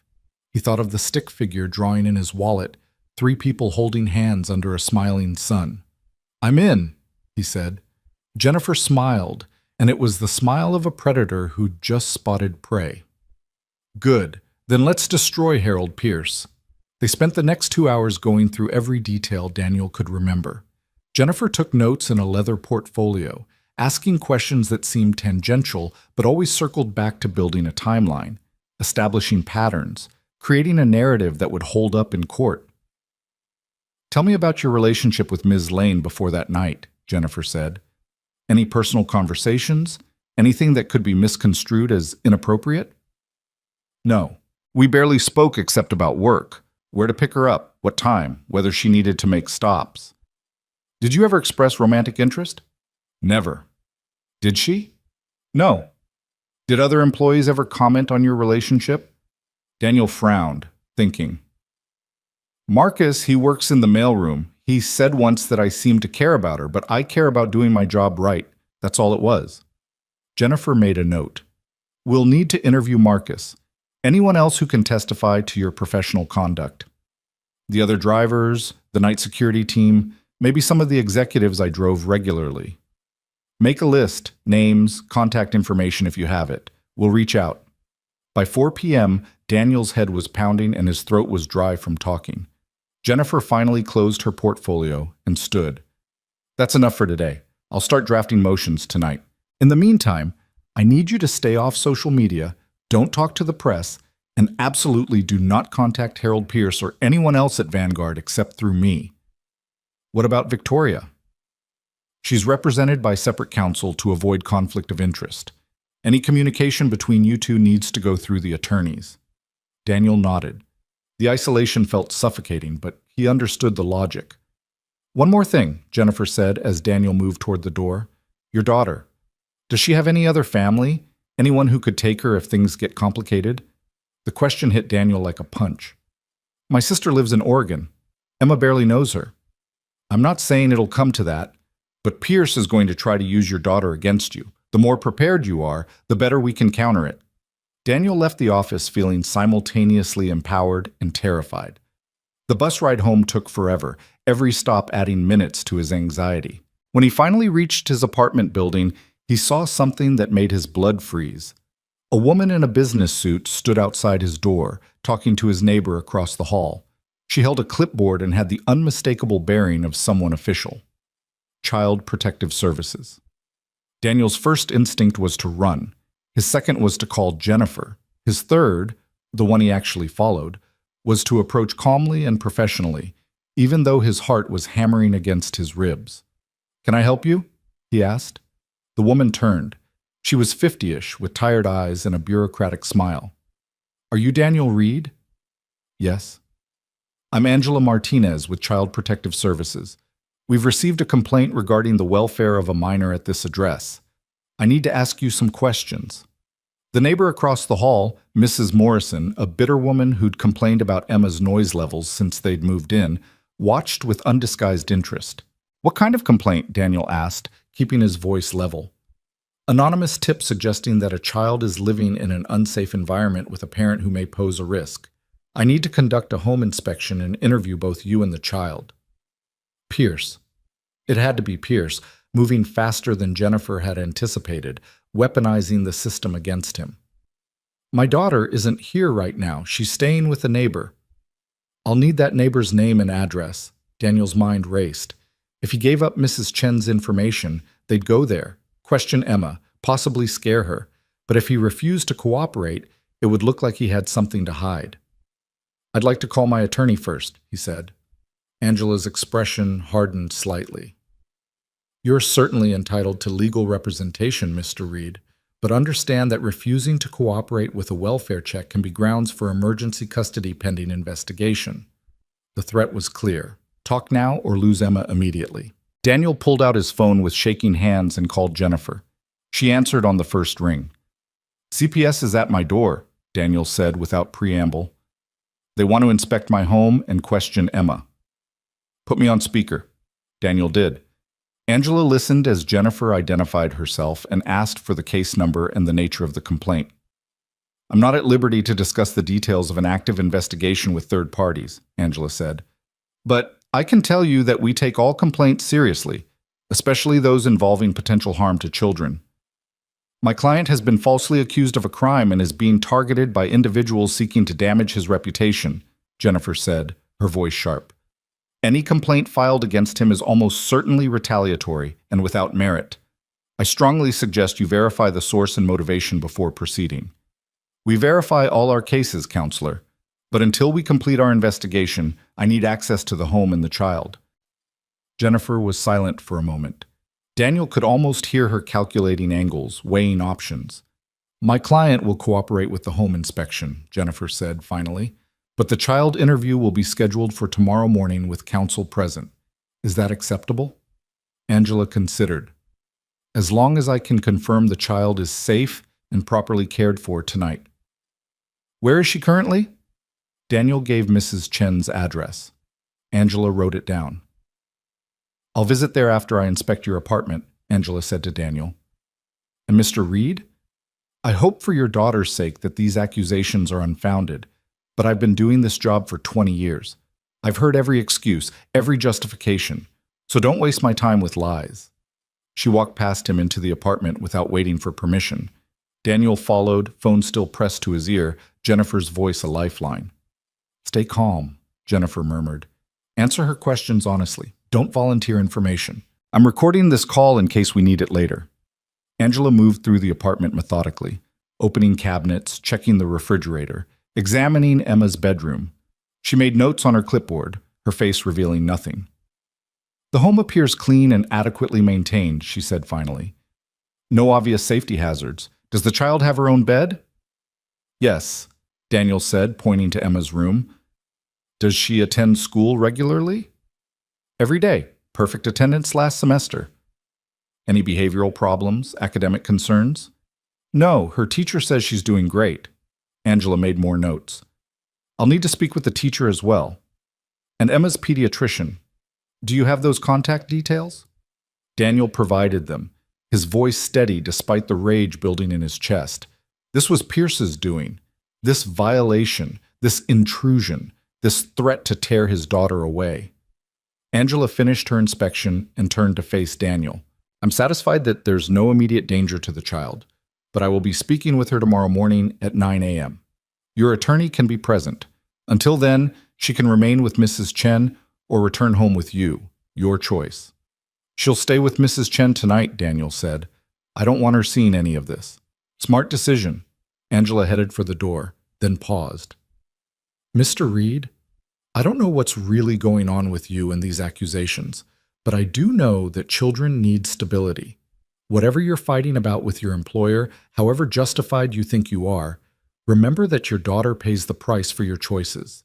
Don't let pride destroy her life. She left without waiting for a response. Daniel stood in the middle of his apartment, surrounded by the evidence of his life. Emma's drawings on the walls, Sarah's photo on the mantel, bills stacked on the kitchen counter. Daniel? Jennifer's voice came through the phone. Are you okay? No, he said honestly. I'm not okay. Pierce just weaponized child services against me. We expected this.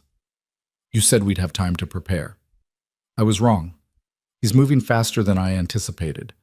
But we can handle this. Tomorrow's interview will be fine.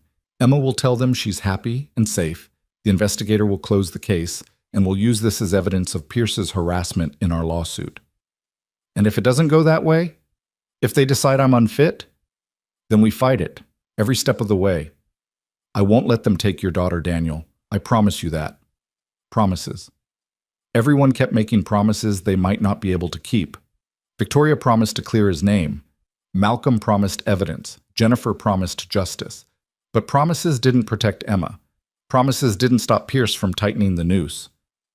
I need to see my daughter, Daniel said. No, not tonight. Let Mrs. Chen keep her comfortable and unaware. Tomorrow morning, you can explain everything in terms she'll understand, and then the three of us will meet with CPS together, okay? Daniel wanted to argue, wanted to run to Mrs. Chen's house and hold Emma tight and never let go. But Jennifer was right. Showing up frantic and desperate would only scare Emma and give CPS more ammunition. Okay, he whispered. After Jennifer hung up, Daniel sat on the couch in the gathering darkness and tried not to think about how quickly everything was falling apart. The security footage was supposed to save him. Victoria's statement was supposed to change the narrative. The lawyer was supposed to fix everything. Instead, Pierce had escalated, moved the battle onto new ground, gone after the one thing Daniel couldn't defend without looking defensive. His phone buzzed. A text from an unknown number. You should have stayed invisible. Now you lose everything. H.P. Harold Pierce, finally showing his hand, finally admitting what everyone had suspected. Daniel stared at the message for a long moment, then took a screenshot and forwarded it to Jennifer. Evidence. One more piece of proof that this was personal, targeted, malicious. But evidence didn't ease the tightness in his chest or the fear crawling up his spine. Evidence didn't protect Emma from the people who wanted to use her as leverage. Daniel stood and walked to Emma's room. Her stuffed animals stared at him with button eyes. Her drawings rustled in the breeze from the heating vent. The room smelled like her, strawberry shampoo and crayons and something indefinably sweet. He sat on her bed and pulled out his wallet, extracting the folded drawings she'd given him. 3 stick figures holding hands. Him, Emma, and Sarah in heaven. I'm trying, baby, he whispered to Sarah's memory. I'm trying so hard to be enough for her, but I don't know if I can win this fight. The room offered no answers, no guidance, just silence and the distant hum of traffic from the street below. Daniel folded the drawing carefully and returned it to his wallet. Then he lay down on Emma's too small bed and closed his eyes, breathing in her scent, holding tight to the only thing that still felt real. Tomorrow, he'd face CPS. Tomorrow, he'd fight for his daughter. Tomorrow, he'd figure out how to survive Harold Pierce's war. But tonight, he just needed to remember why any of it mattered at all. Morning came too quickly. Daniel woke in Emma's bed with his neck twisted at an awkward angle and his phone buzzing insistently on the nightstand. Jennifer's name flashed on the screen. We have a problem, she said before he could speak. Victoria's been suspended from Vanguard. The board called an emergency meeting last night and voted to place her on administrative leave pending an internal investigation into her judgment and conduct. Daniel sat up, his brain struggling to process this new development. What does that mean for us? It means Pierce is making his move. With Victoria sidelined, he can control the narrative at Vanguard. He's probably already positioning himself to take over as interim CEO. Can he do that? If the board believes Victoria's behavior compromised the company, yes. And he's got ammunition now. Her public statement supporting you, the secret meeting you two had, the money she gave you. He's spinning it as a CEO having an inappropriate relationship with an employee, using company resources to cover it up. Daniel's stomach turned. That's not what happened. I know that. But Pierce is good at making truth irrelevant. Look, we need to focus on the CPS interview this morning. That's the immediate threat. Everything else we'll handle after. Are you ready? No? Good. Honesty.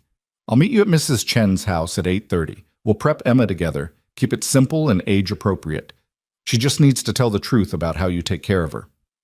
Daniel ended the call and forced himself through the morning routine. Shower, shave, coffee, he couldn't taste. He dressed in casual clothes, jeans, and a sweater because Jennifer had said formal attire might seem like he was trying too hard.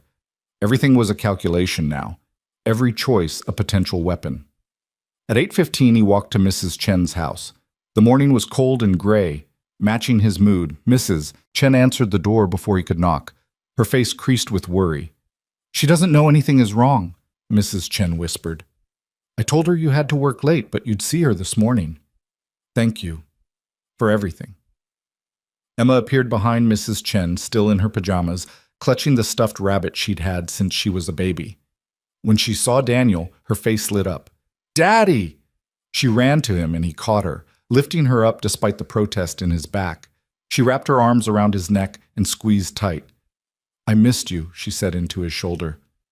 "I missed you too, baby girl." Mrs. Chen made pancakes, the kind with the chocolate chips you said were only for special occasions. That sounds perfect. Jennifer arrived 10 minutes later, carrying a leather briefcase and wearing an expression of calm professionalism that Daniel envied. She introduced herself to Emma as Daddy's friend who helps with grown-up stuff, which seemed to satisfy Emma's curiosity. They sat in Mrs. Chen's living room, Emma between Daniel and Jennifer on the floral couch. Mrs. Chen hovered nearby, pretending to tidy the already tidy room. "Emma," Jennifer said gently, "in a little while, a lady named Angela is going to come here and ask you some questions about living with your daddy. It's nothing scary, okay? She just wants to make sure you're happy and safe." Emma's forehead wrinkled. "Am I in trouble?" "No, sweetheart," Daniel said quickly. "You're not in trouble at all. Sometimes grown-ups have to check on kids to make sure everything is okay. It's Angela's job." "Like when the dentist checks my teeth?" "Exactly like that." Emma seemed satisfied with this explanation. Jennifer continued, her voice calm and steady.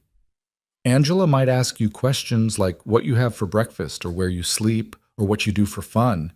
Just tell her the truth, okay? There are no wrong answers." "What if I don't know the answer?" "Then you say, 'I don't know.'" That's a perfectly good answer. They practiced for 20 minutes, Jennifer asking gentle questions and Emma answering with the straightforward honesty of a 7-year-old. Yes, Daddy makes her breakfast every morning. Yes, she has her own bed with her stuffed animals. Yes, Daddy helps her with homework and reads her stories and takes her to the park. At 9 a.m. exactly, Angela Martinez arrived. She greeted Emma with a warm smile that seemed genuine, and Emma, who'd never met a stranger she didn't immediately befriend, smiled back. "Hi, Emma. I'm Angela. I love your rabbit. What's his name?" "Mr. Floppity." "That's a great name. Can Mr. Floppity and I ask you some questions?" Emma looked at Daniel for permission. He nodded, trying to keep the fear off his face. They moved to Mrs. Chen's dining room. Angela, Emma, and Mr. Floppity on one side of the table, Daniel and Jennifer on the other. Mrs. Chen stayed in the kitchen, close enough to hear but giving them space. Angela pulled out a notepad covered in stickers. "These are magic question stickers," she told Emma. "Every time I ask you a question, we'll put a sticker on the page. Want to help me pick the first one?" Emma chose a unicorn sticker, delighted by the game. Angela placed it carefully on the notepad. "Okay, first question. Do you go to school?" "Yes, I'm in 2nd grade. My teacher is Miss Rodriguez, and she's really nice."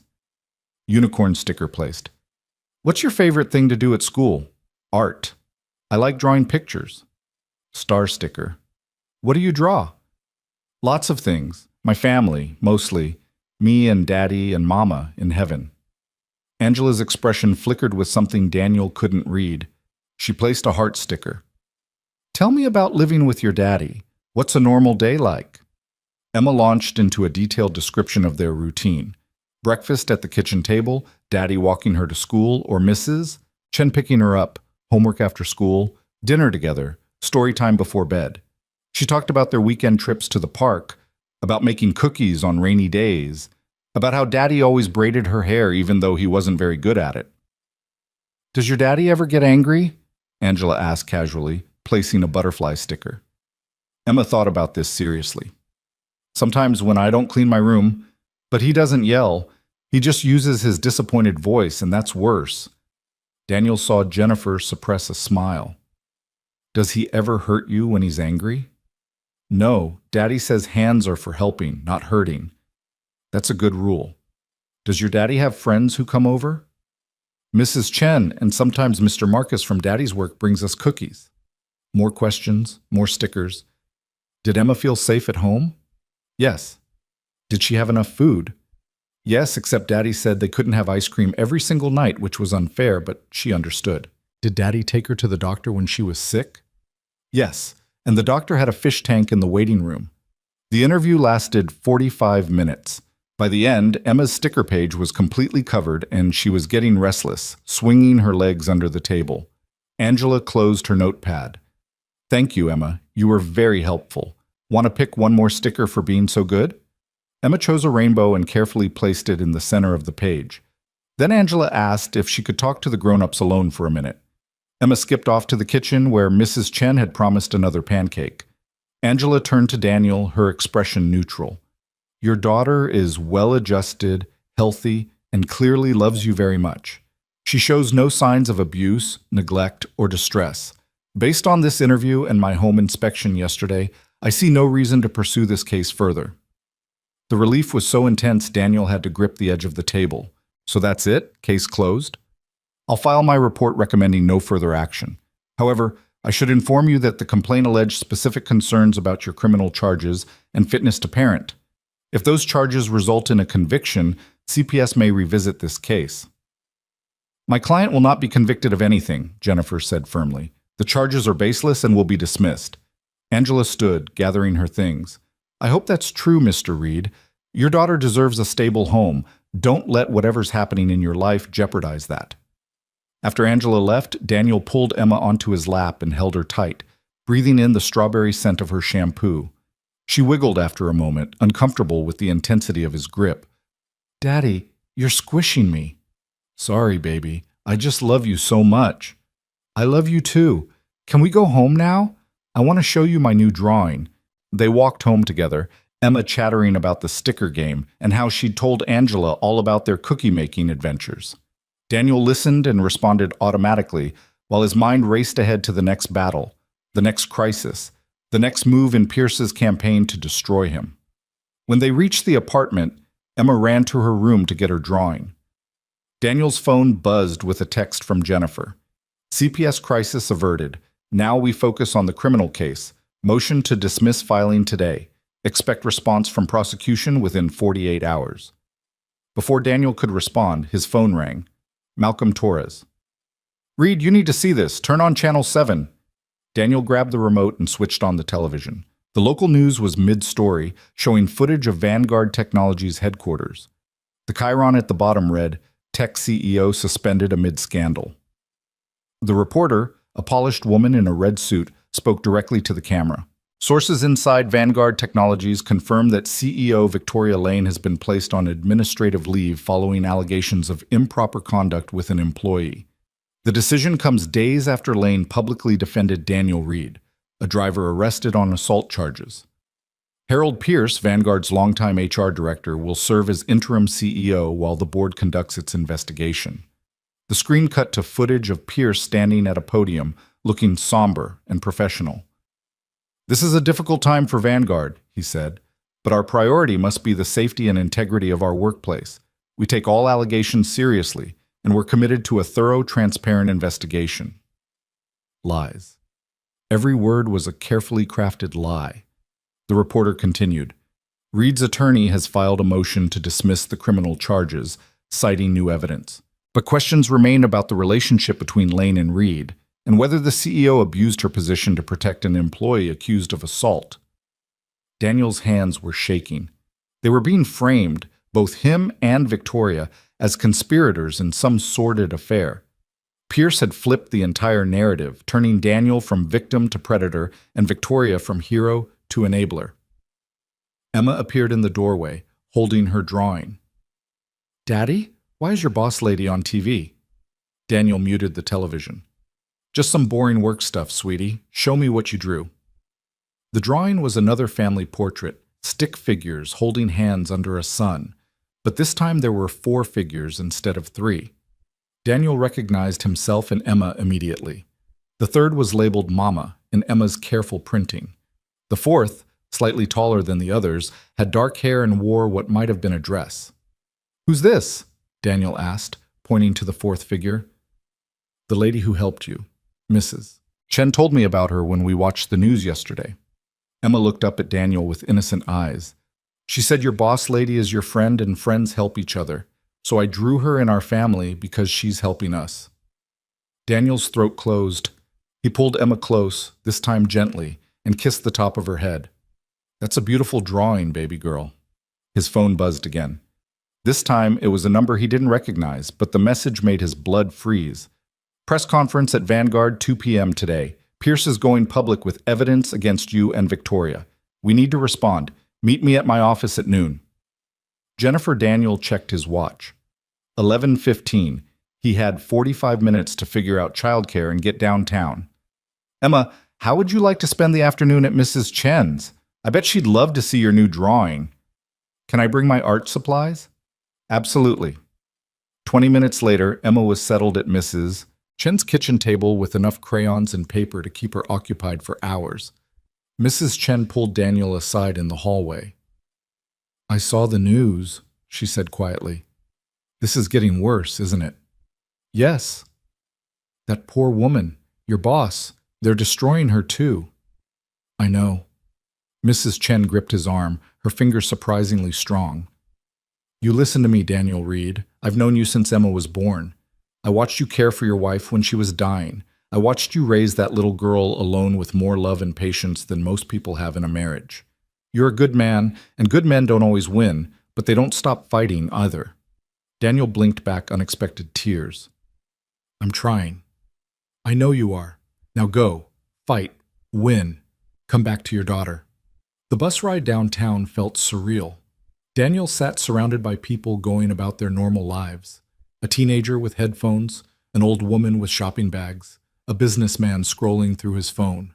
None of them knew they were sitting next to a man whose entire existence was unraveling. Jennifer's office was controlled chaos when he arrived. Two associates he hadn't met before were reviewing documents at the conference table. Jennifer stood at the window, phone pressed to her ear, her free hand gesturing emphatically. I don't care what he claims to have, she was saying. Half of it is probably fabricated and the other half is taken out of context. We'll be ready. She ended the call and turned to Daniel. Okay, here's the situation. Pierce is holding a press conference at 2 to present what he's calling conclusive evidence that you and Victoria conspired to cover up an assault. We don't know exactly what he has, but sources say it includes doctored security footage, financial records showing the money Victoria gave you, and testimony from Vanguard employees about your alleged relationship. None of that is real. The money was to help with legal fees. The relationship is professional. The security footage shows me helping her, not hurting her. I know, but Pierce is counting on the court of public opinion, not actual court. If he can make you both look guilty enough, it won't matter what the evidence actually shows. The damage will be done. One of the associates, a young man with sharp features, looked up from his laptop. We could hold our own press conference, get ahead of the narrative. Jennifer shook her head. Too risky. We don't have time to prepare properly, and Daniel isn't a public speaker. One wrong word, one moment of emotion, and we hand Pierce exactly what he wants. So we just let him lie? Daniel demanded. No, we respond strategically. I'll release a statement immediately after his press conference, refuting every claim point by point. Then tomorrow, we hold a properly prepared press conference with you, Victoria, and Malcolm Torres all present. We present the unedited security footage. We show the forged complaint. We expose Pierce's pattern of misconduct. Victoria's suspended. Will she even be allowed to participate? She's not charged with anything. She's free to speak. And frankly, the board suspending her plays in our favor. It shows Pierce's influence, his ability to manipulate the system. Daniel paced the conference room, his mind racing. What about the employees Pierce claims will testify? What if they actually believe his lies? The other associate, a woman in her 30s with red-framed glasses, spoke up. We're already reaching out to potential witnesses. Some people are scared of Pierce, but others are tired of his tactics. Marcus from your mailroom? He's willing to testify that you never displayed inappropriate interest in Ms. Lane. 2 other drivers have similar accounts. Pierce will discredit them, say they're just protecting their own. Probably, Jennifer agreed. But we're building a preponderance of evidence. The security footage is the cornerstone, but we need the human element too. We need people who know you, who've worked with you, who can speak to your character. Daniel thought of all the people he'd driven over the years, the executives who'd ignored him, the assistants who'd barely acknowledged his existence. He'd been invisible for so long. Would anyone actually remember him clearly enough to defend him? There's someone else, Daniel said slowly. The paramedics who responded that night. They saw me with Victoria. They saw how I'd positioned her, how I kept my distance. They'd know I was trying to help.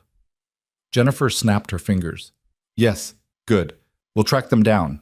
She turned to the male associate. James, pull the 911 records, get the ambulance company, find those paramedics.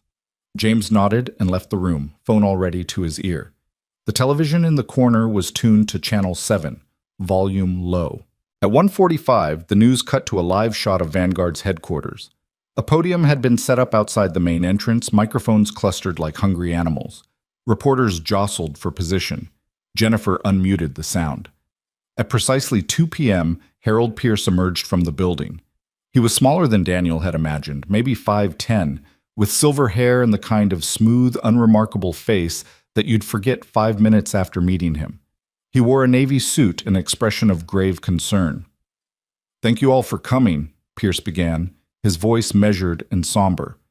Today I'm here to address serious allegations that have impacted our company and, more importantly, the safety of our employees. He pulled out a folder and opened it with theatrical precision.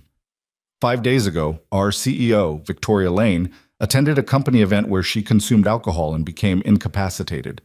Daniel Reed, who served as her driver, found her in this vulnerable state.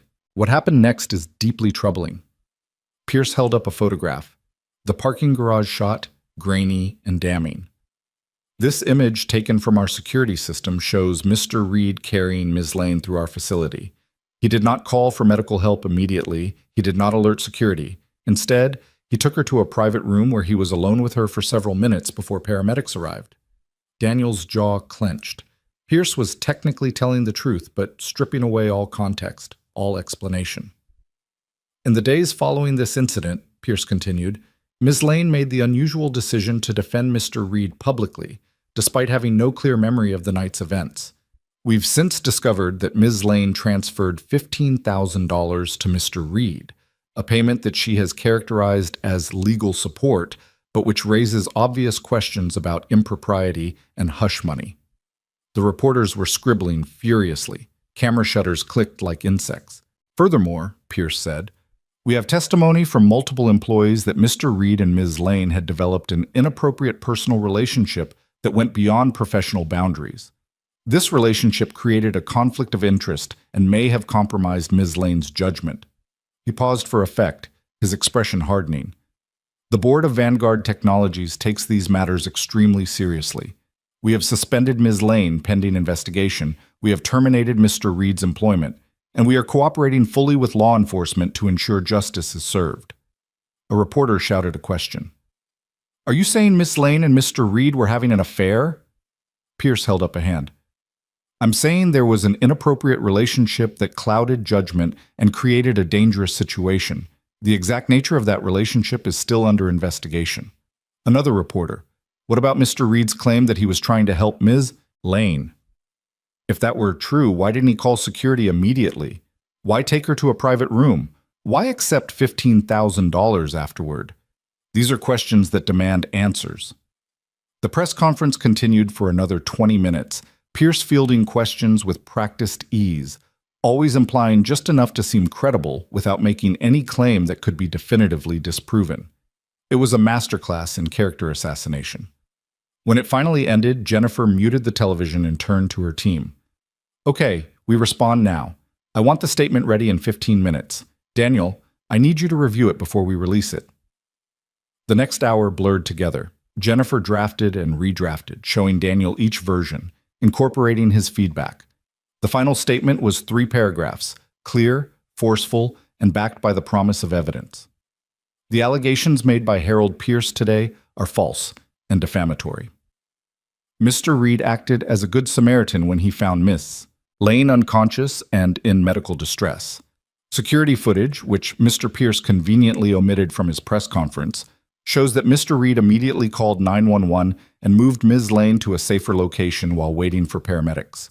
The payment Ms. Lane made was for legal representation, not hush money, and was necessitated by Mr. Pierce's campaign of harassment and false accusations.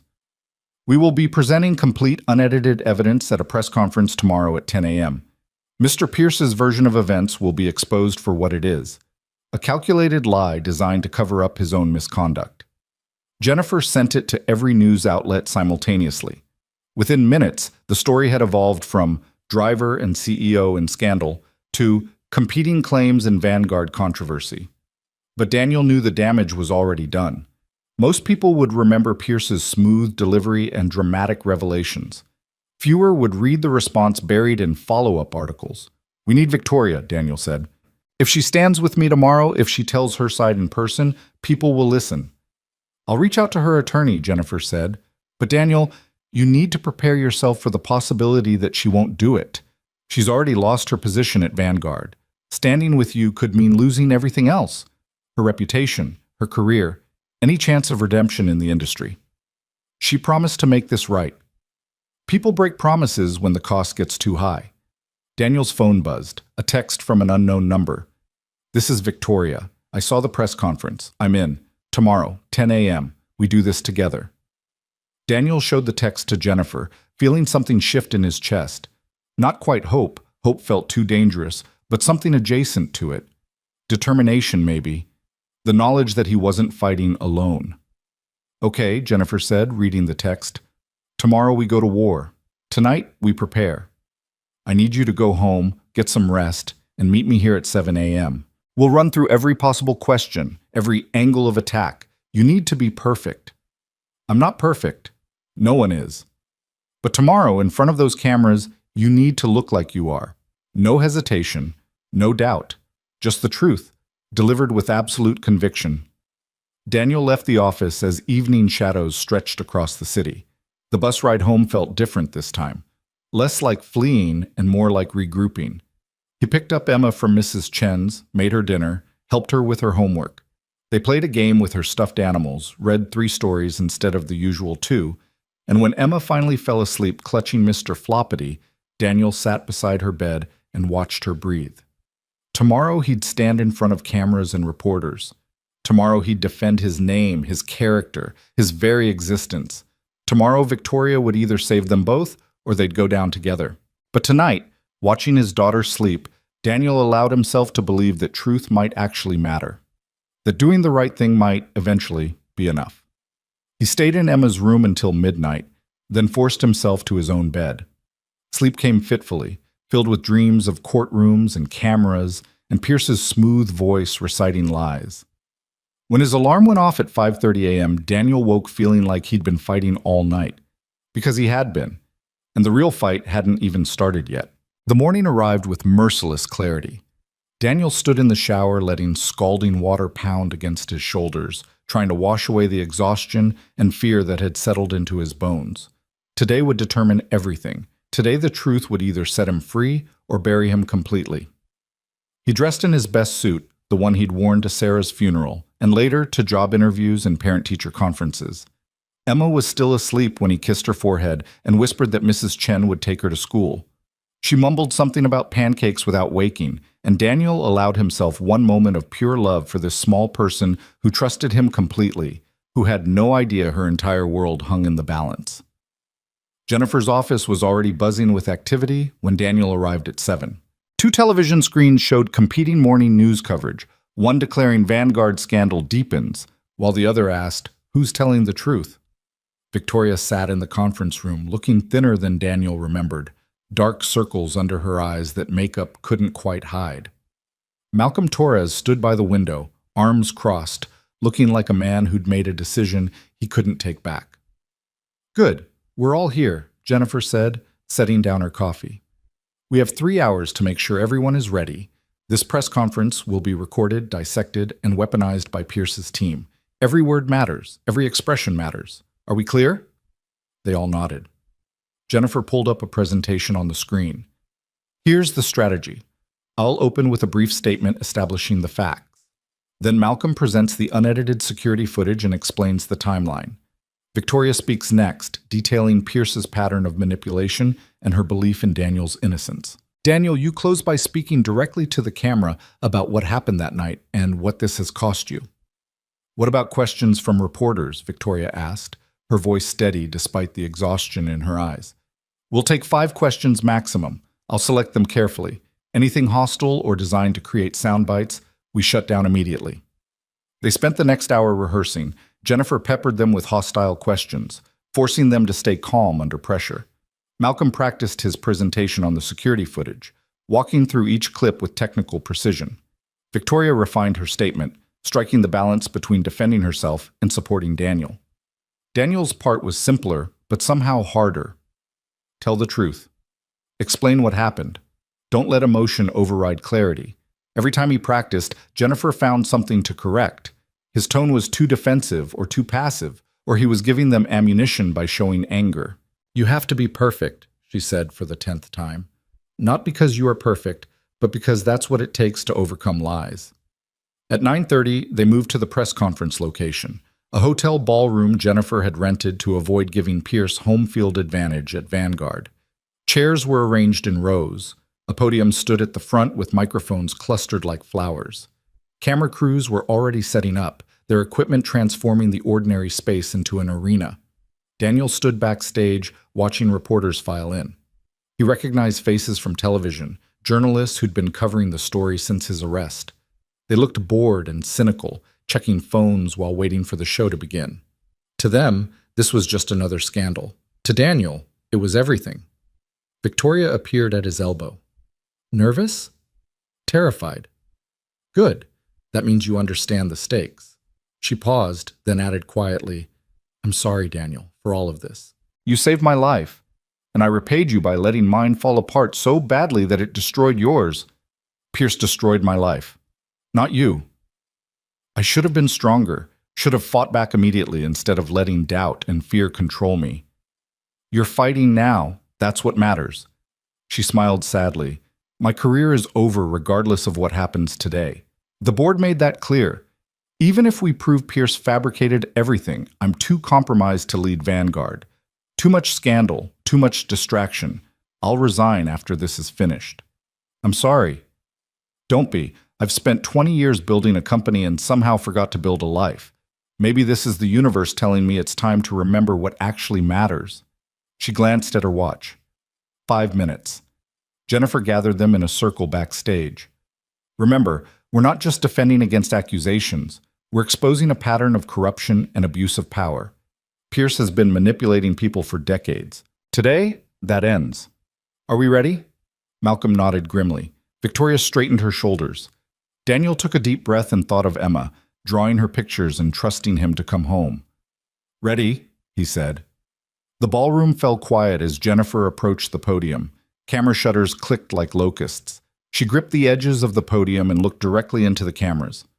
Thank you all for coming. My name is Jennifer Lawson, and I represent Daniel Reed in the matter of false charges brought against him following events at Vanguard Technologies on November 15th. I also represent Victoria Lane in related civil matters.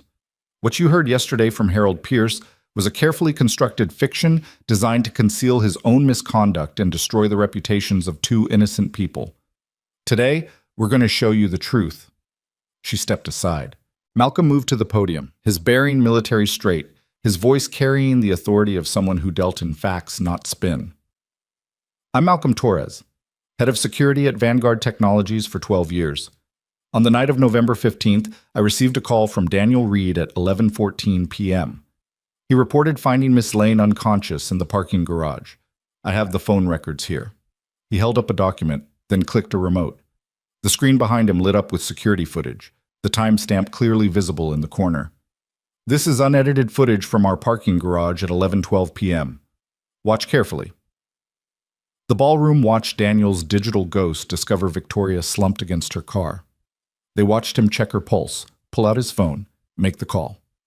The audio was silent, but the sequence was clear. A man finding someone in distress and immediately seeking help. Notice, Malcolm said, his voice cutting through the silence, that Mr. Reed's first action is to call 911, not to move her, not to take advantage of her condition. He calls for emergency services. The footage continued, Daniel waiting, pacing, checking Victoria's pulse again, then making the decision to move her. At this point, Malcolm explained, Mr. Reed makes a judgment call. The parking garage is isolated and cold. Ms. Lane has been unconscious for an unknown period.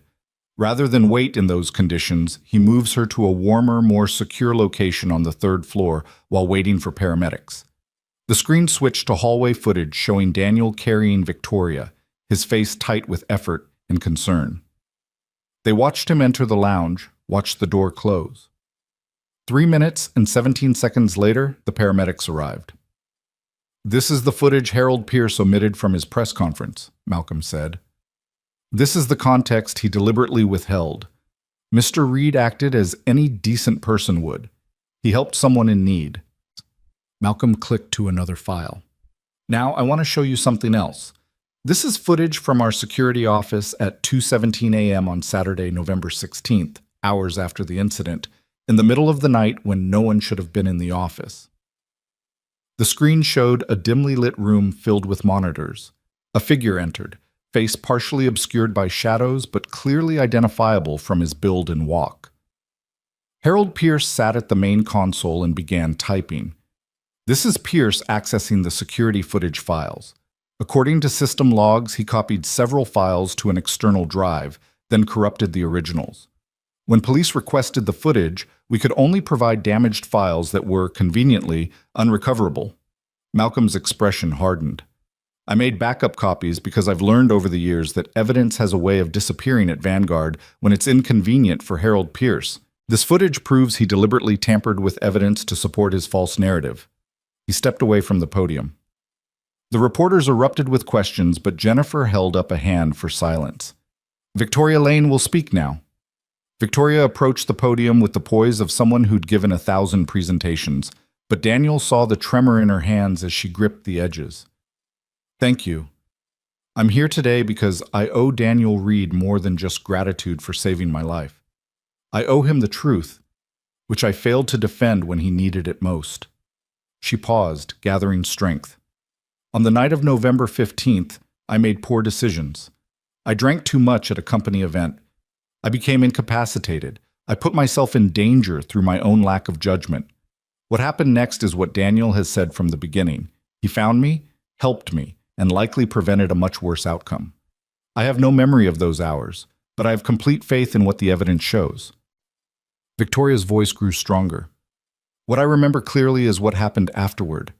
I woke in a hospital confused and frightened. Harold Pierce was there, asking questions, suggesting interpretations of events, encouraging me to file a complaint. I told him I needed time to understand what happened. The next thing I knew, a complaint had been filed in my name, with a forged signature." She held up a document. "This is the complaint. This is my actual signature for comparison. They're not the same.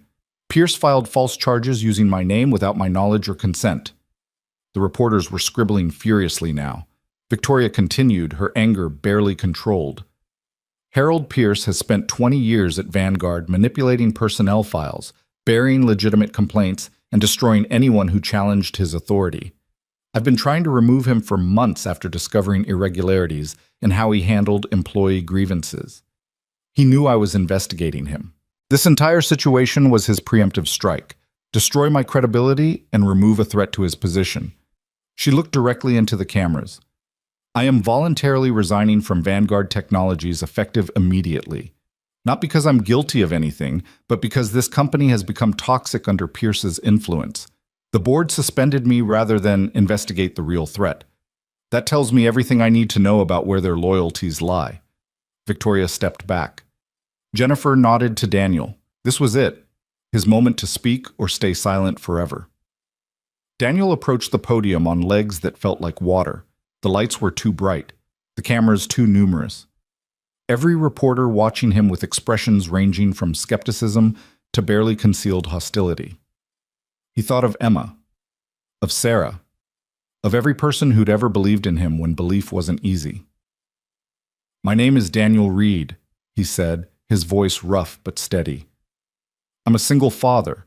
I drove executives for a living. I'm not anyone important or special, but I try every day to be a good man, a good father, a decent human being. That's all I've ever tried to be." He gripped the podium. "On November 15th, I found my boss unconscious and alone in a parking garage. I didn't think about my job or how it might look or what people might say. I thought about getting her help. I called 911. I stayed with her. I made sure she was safe. That's what anyone should do." His voice cracked slightly. "The next Monday, I was arrested in front of my colleagues. My name was destroyed in hours. Strangers called me a predator. They threatened my daughter. They said I should rot in prison, or worse. All because I helped someone who needed help. Daniel looked up from his prepared notes, speaking directly to the cameras now, letting them see the exhaustion and pain and stubborn determination that had kept him standing. Harold Pierce took one act of basic human decency and twisted it into something ugly. He forged documents. He manipulated evidence. He filed false charges. And when Victoria tried to defend me, he destroyed her career too. Why? Because I was convenient collateral damage in his war against someone who threatened his power. He paused, emotion threatening to overwhelm him. I have a 7-year-old daughter who draws pictures of our family. She added Victoria to one of those drawings because a neighbor told her that Victoria was my friend who was helping me. My daughter understands something that got lost in all of this. Friends help each other. Decent people help each other. That's not scandal, that's not conspiracy, that's just being human. Daniel's hands were shaking now, but he didn't care. I'm not asking for sympathy. I'm asking for truth to matter, for evidence to matter, for justice to be based on facts instead of fiction. Harold Pierce is counting on people being too busy or too cynical to care about what actually happened. Don't let him be right. He stepped back from the podium. The ballroom was silent for 3 heartbeats, then erupted with shouted questions. Jennifer selected a reporter in the front row. One question. Ms. Lane, are you saying the board knew about Pierce's misconduct and did nothing? Victoria returned to the podium. The board received my reports on irregularities in Pierce's department. They chose to characterize my concerns as personal vendetta rather than investigate properly. That's why I'm resigning. I can't work for an organization that protects corruption. Another reporter, this one toward the back. Mr. Reed, how do you respond to allegations of an inappropriate relationship with Ms. Lane? There was no relationship beyond professional. I drove her to meetings and appointments. We barely spoke outside of work logistics. Anyone who says otherwise is lying or has been lied to. A third reporter stood. Malcolm Torres, aren't you risking your job by being here today? Malcolm's expression was grim. Probably, but I've watched Pierce destroy good people for years and done nothing because I was scared. I'm done being scared. Some things are worth losing your job over. Jennifer held up her hand. 2 more questions. What happens now? Will charges be dropped? Jennifer fielded this one. We've presented this evidence to the district attorney's office. Given the clear proof of Mr. Reed's innocence and the evidence of evidence tampering, we expect all charges to be dismissed immediately. If they're not, we'll file motions to compel and take this to trial where a jury can see the truth. The final question came from an older journalist with gray hair. Mr. Reed, if you could say something to Harold Pierce right now, what would it be? Daniel hadn't expected this. He looked at Jennifer, who nodded slightly. I tell him that you can destroy a person's reputation, but you can't destroy their character. You can take away their job, but you can't take away their integrity. You can make people believe lies for a while, but truth has a way of surviving. Daniel's voice was quiet, but filled with steel. I tell him I forgive him for what he did to me, but I'll never forgive him for what he tried to do to my daughter. The press conference ended. Reporters swarmed toward the podium, but security kept them back. Jennifer hustled Daniel, Victoria, and Malcolm out a side door and into a waiting car. No one spoke during the drive back to Jennifer's office. They were all too wrung out, too emotionally depleted. Daniel stared out the window at the city passing by, wondering if it had worked, if they'd done enough. His phone buzzed with a text from Mrs. Chen. Emma saw you on TV at school. She's very proud. Says you looked like a superhero. Come get her when you can. Daniel showed the text to Victoria. She smiled, the first genuine smile he'd seen from her in days. She's right, Victoria said quietly. You are. I'm just a dad trying to protect his kid. That's what makes you a hero. Back at Jennifer's office, they watched the news coverage roll in. The story was shifting in real time. Headlines evolved from Vanguard scandal to evidence of misconduct by HR director to did Harold Pierce frame innocent driver? Social media was faster and more brutal. The comments section that had called for Daniel's imprisonment now turned their fury toward Pierce. Someone leaked his address. Someone else started a petition demanding his arrest. The mob's attention had found a new target. Daniel felt no satisfaction watching Pierce get destroyed the same way he'd been destroyed. It just felt hollow and sad, like everyone had learned nothing from the whole mess except which person to hate next. At 3 p.m., Jennifer's phone rang. She answered, listened for a long moment, then smiled.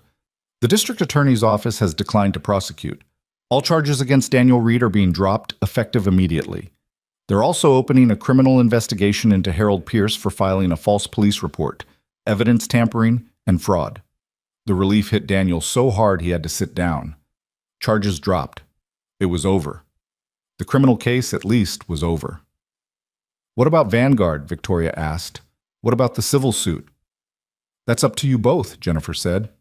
We have grounds for a massive lawsuit, wrongful termination, defamation, emotional distress. But lawsuits take years and cost a fortune in emotional energy. Sometimes winning means walking away. Daniel thought about it. He thought about Emma, about the life they needed to rebuild, about moving forward instead of staying mired in the past. I don't want their money, he said. I want my name cleared. I want the record to show I'm innocent. Beyond that, I just want to go home. Victoria nodded slowly. I want Pierce prosecuted. I want the board investigated. But I don't want to spend the next 5 years in court battles. I want to find out who I am without Vanguard defining me. Jennifer made notes. I'll draft a settlement proposal.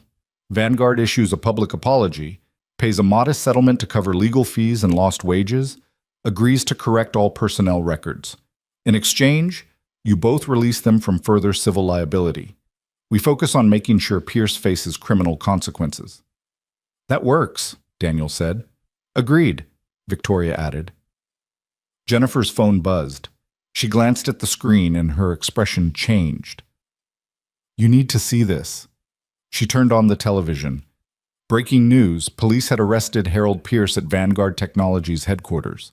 The footage showed him being led out in handcuffs, his smooth facade finally cracked, his face flushed with rage and fear. The reporter on scene was breathless with excitement. Harold Pierce, the HR director who accused Daniel Reed of assault, has been arrested on charges of filing a false police report, tampering with evidence, and fraud. Sources inside the police department say the evidence presented at this morning's press conference led to an immediate investigation and arrest warrant.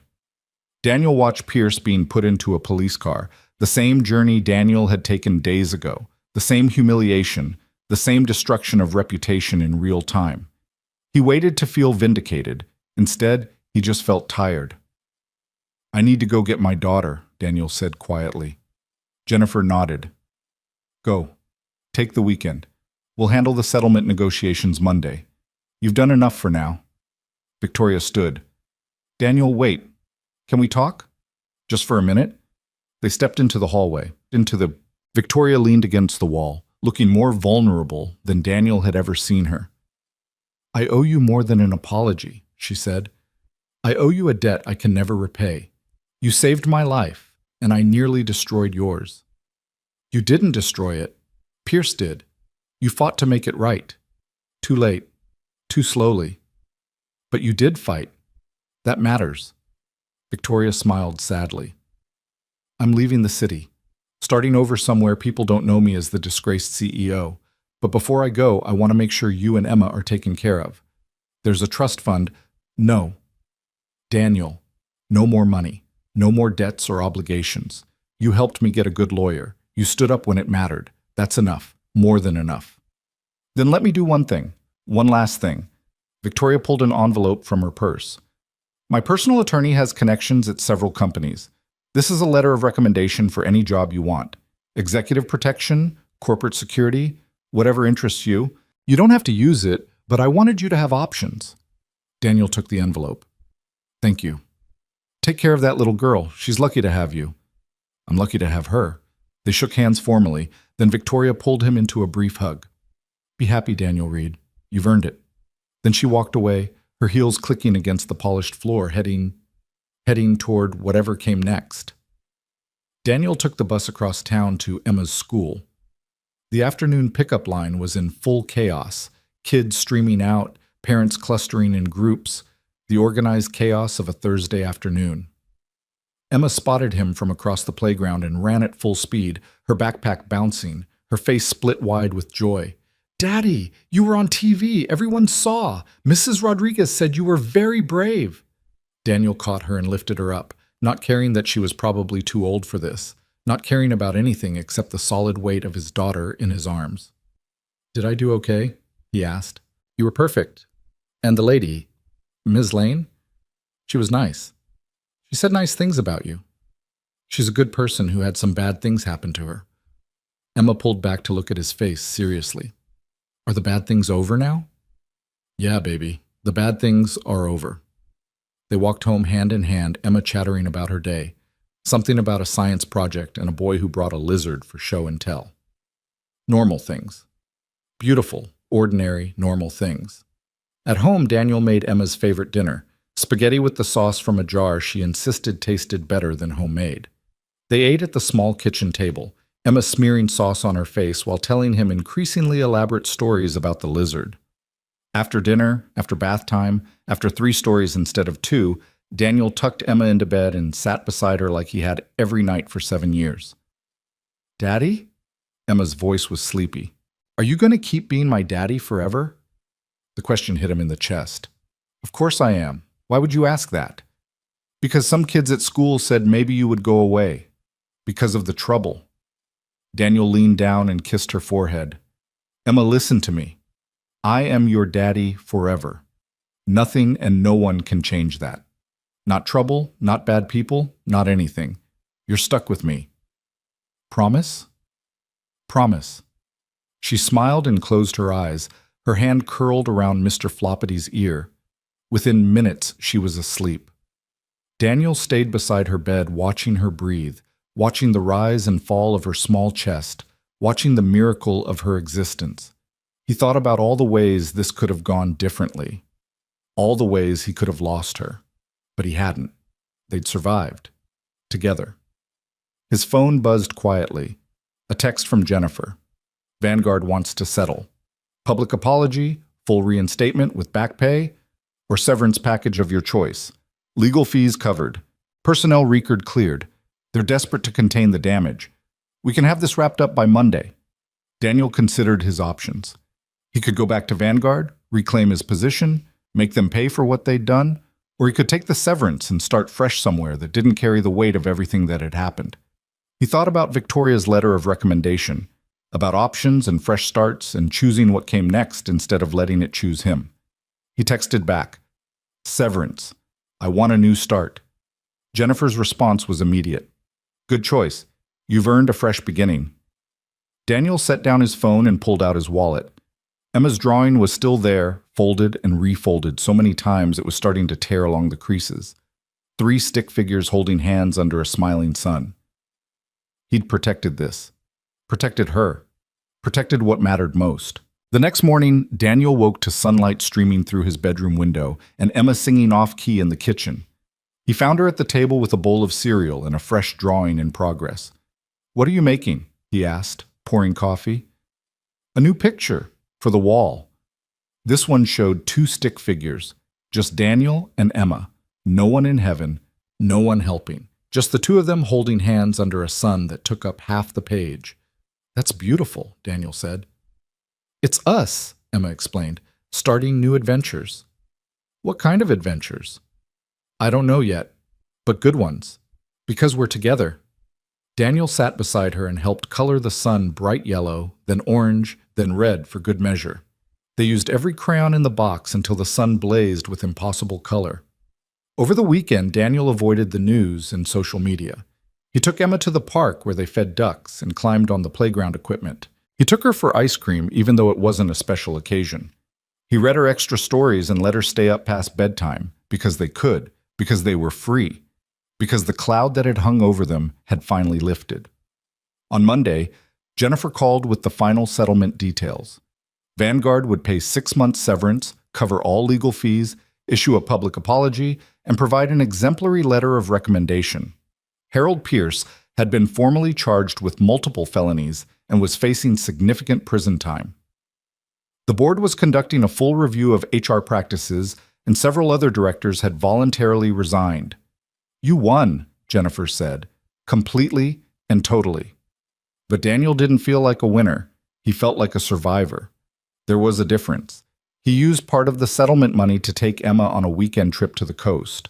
They stayed in a small hotel with a view of the ocean, built sandcastles that the tide washed away, collected shells that Emma insisted had magical properties. They ate fish and chips on the pier and watched the sunset turn the water into liquid gold. "Daddy?" Emma asked as they walked back to the hotel, her hand small and sticky in his. "Are you happy now?" Daniel thought about the question. Was he happy? His career was over, his reputation was damaged, maybe permanently. He'd been through hell and come out scarred, but Emma was safe. The truth had prevailed, and tomorrow held possibilities instead of just fear. "Yeah," he said, squeezing her hand. "Yeah, baby girl. I'm happy now." 2 months later, Daniel started a new job at a private security firm. The work was similar but different, protecting people instead of just driving them, making decisions instead of just following orders. The pay was better, the hours were more flexible, and no one looked at him with suspicion or whispered when he walked past. Victoria sent a postcard from Montana, where she'd bought a small ranch and was learning about horses and quiet mornings and life without quarterly earnings reports. Malcolm had also left Vanguard, taking a position with a nonprofit focused on workplace safety and ethics. Marcus from the mailroom got promoted to a better position after the board shakeup. Pierce was convicted on 4 counts and sentenced to 3 years in federal prison. The judge had been particularly harsh about abuse of power and manipulation of the legal system. Daniel didn't attend the sentencing. He'd moved on. Emma thrived. Her grades stayed excellent. She made new friends. She drew hundreds of pictures showing their new adventures, visits to museums, weekend camping trips, quiet evenings at home. The pictures accumulated on the walls until their apartment looked like a gallery of stick figures and rainbow suns and a child's unbounded optimism. On what would have been Sarah's 40th birthday, Daniel and Emma visited her grave. They brought flowers and drawings and stories about everything that had happened since the last visit. Emma talked to the headstone like Sarah could hear every word. "We had a really hard time, Mama," Emma said, arranging flowers carefully. "But Daddy was so brave. He protected us, just like you would have." Daniel's throat tightened. "Your mama would have fought harder than I did. But you didn't give up. That's what matters." Walking home from the cemetery, Emma slipped her hand into Daniel's and asked the question he'd been both expecting and dreading.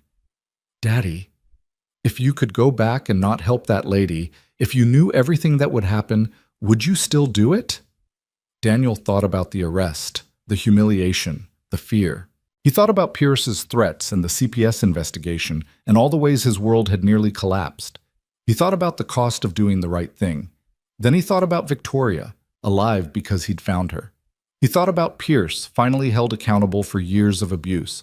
He thought about standing in front of cameras and telling the truth, about teaching Emma through action that integrity mattered more than safety. "Yeah," he said finally, "I would. Because some things are more important than protecting yourself. Helping people matters. Truth matters. Being the person you want your daughter to become matters." Emma nodded, satisfied with this answer. "That's what I thought you'd say." That night, Emma presented Daniel with a new drawing. This one was different from all the others, more detailed, more carefully colored. It showed 2 figures standing together with the sun rising behind them. Above the sun, in careful printing, Emma had written, "Heroes." "That's us," she explained. "Because we're brave, and because we help people, and because even when bad things happen, we don't stop being good." Daniel hung the drawing on the refrigerator where he'd see it every morning, where it would remind him that the hardest test of character wasn't avoiding trouble, but surviving it with integrity intact. Months turned into a year. The news cycle moved on to new scandals. Vanguard Technologies recovered under new leadership. Victoria sent occasional emails from Montana, each one sounding more content than the last. Malcolm became a sought-after consultant on workplace ethics. Pierce served his sentence quietly. And Daniel Reed, single father and survivor, simply lived his life. He worked hard at his new job. He attended every one of Emma's school events. He dated occasionally, but nothing serious. His heart still belonged to Sarah's memory and to Emma's future. He made new friends and maintained old ones. He learned that healing wasn't linear, but it was possible. Emma turned 8, then 9, then 10. She grew taller and smarter and more confident. She still drew pictures constantly, but now they included more than stick figures. Detailed scenes of mountains and oceans, portraits of people she knew, abstract designs that showed sophisticated understanding of color and form. One of those pictures won a local art contest. At the award ceremony, Emma gave a short speech about how her daddy had taught her that being brave meant doing the right thing even when it was hard, even when it cost you everything, even when no one was watching. Daniel stood in the back of the auditorium with tears running down his face, proud beyond measure of this small person he'd somehow raised to be kind and strong and true. After the ceremony, as they walked to the car, Emma asked, "Do you think Mama saw me win?" "I think she sees everything you do, and I think she's incredibly proud." "Are you proud?" "So proud I could burst." Emma grinned and skipped ahead, her award certificate clutched in one hand, her future bright and unbounded ahead of her. Daniel followed, thinking about how close they'd come to losing all of this, how one man's cruelty had nearly destroyed everything that mattered, how easy it would have been to give up, to accept defeat, to let the lies win. But they hadn't given up. They'd fought, survived, and come out stronger. Not unchanged. Daniel still had nightmares sometimes, still felt the phantom weight of handcuffs on his wrists, still dealt with anxiety that hadn't existed before. But he'd also learned things about resilience and courage, and the surprising strength that comes from protecting someone you love more than your own safety. The world was still imperfect. Bad things still happened to good people. Justice was uncertain, and truth didn't always prevail. But sometimes, on the best days, in the crucial moments, doing the right thing was actually enough. Daniel unlocked the car and watched Emma climb into her booster seat, already chattering about where they should celebrate her win. "Somewhere with ice cream," she insisted, "with the big sundaes that had too much whipped cream." "Deal," Daniel said, starting the engine. "The biggest sundae they have." As they drove through the city toward their favorite ice cream shop, the setting sun painted the sky in shades of gold and orange and pink. Emma pressed her face against the window, watching the colors shift and change. "Beautiful," she whispered. "Yeah," Daniel agreed. "It really is." And for the first time in a long time, he meant it completely. The world was beautiful. Life was beautiful. The simple act of driving his daughter to get ice cream on a Tuesday evening was beautiful in its ordinary, perfect simplicity. They'd survived the storm. They'd found their way back to clear skies. And whatever came next, whatever challenges or joys or mundane moments filled their days, they'd face it together. That was all that mattered. That was enough. That was everything.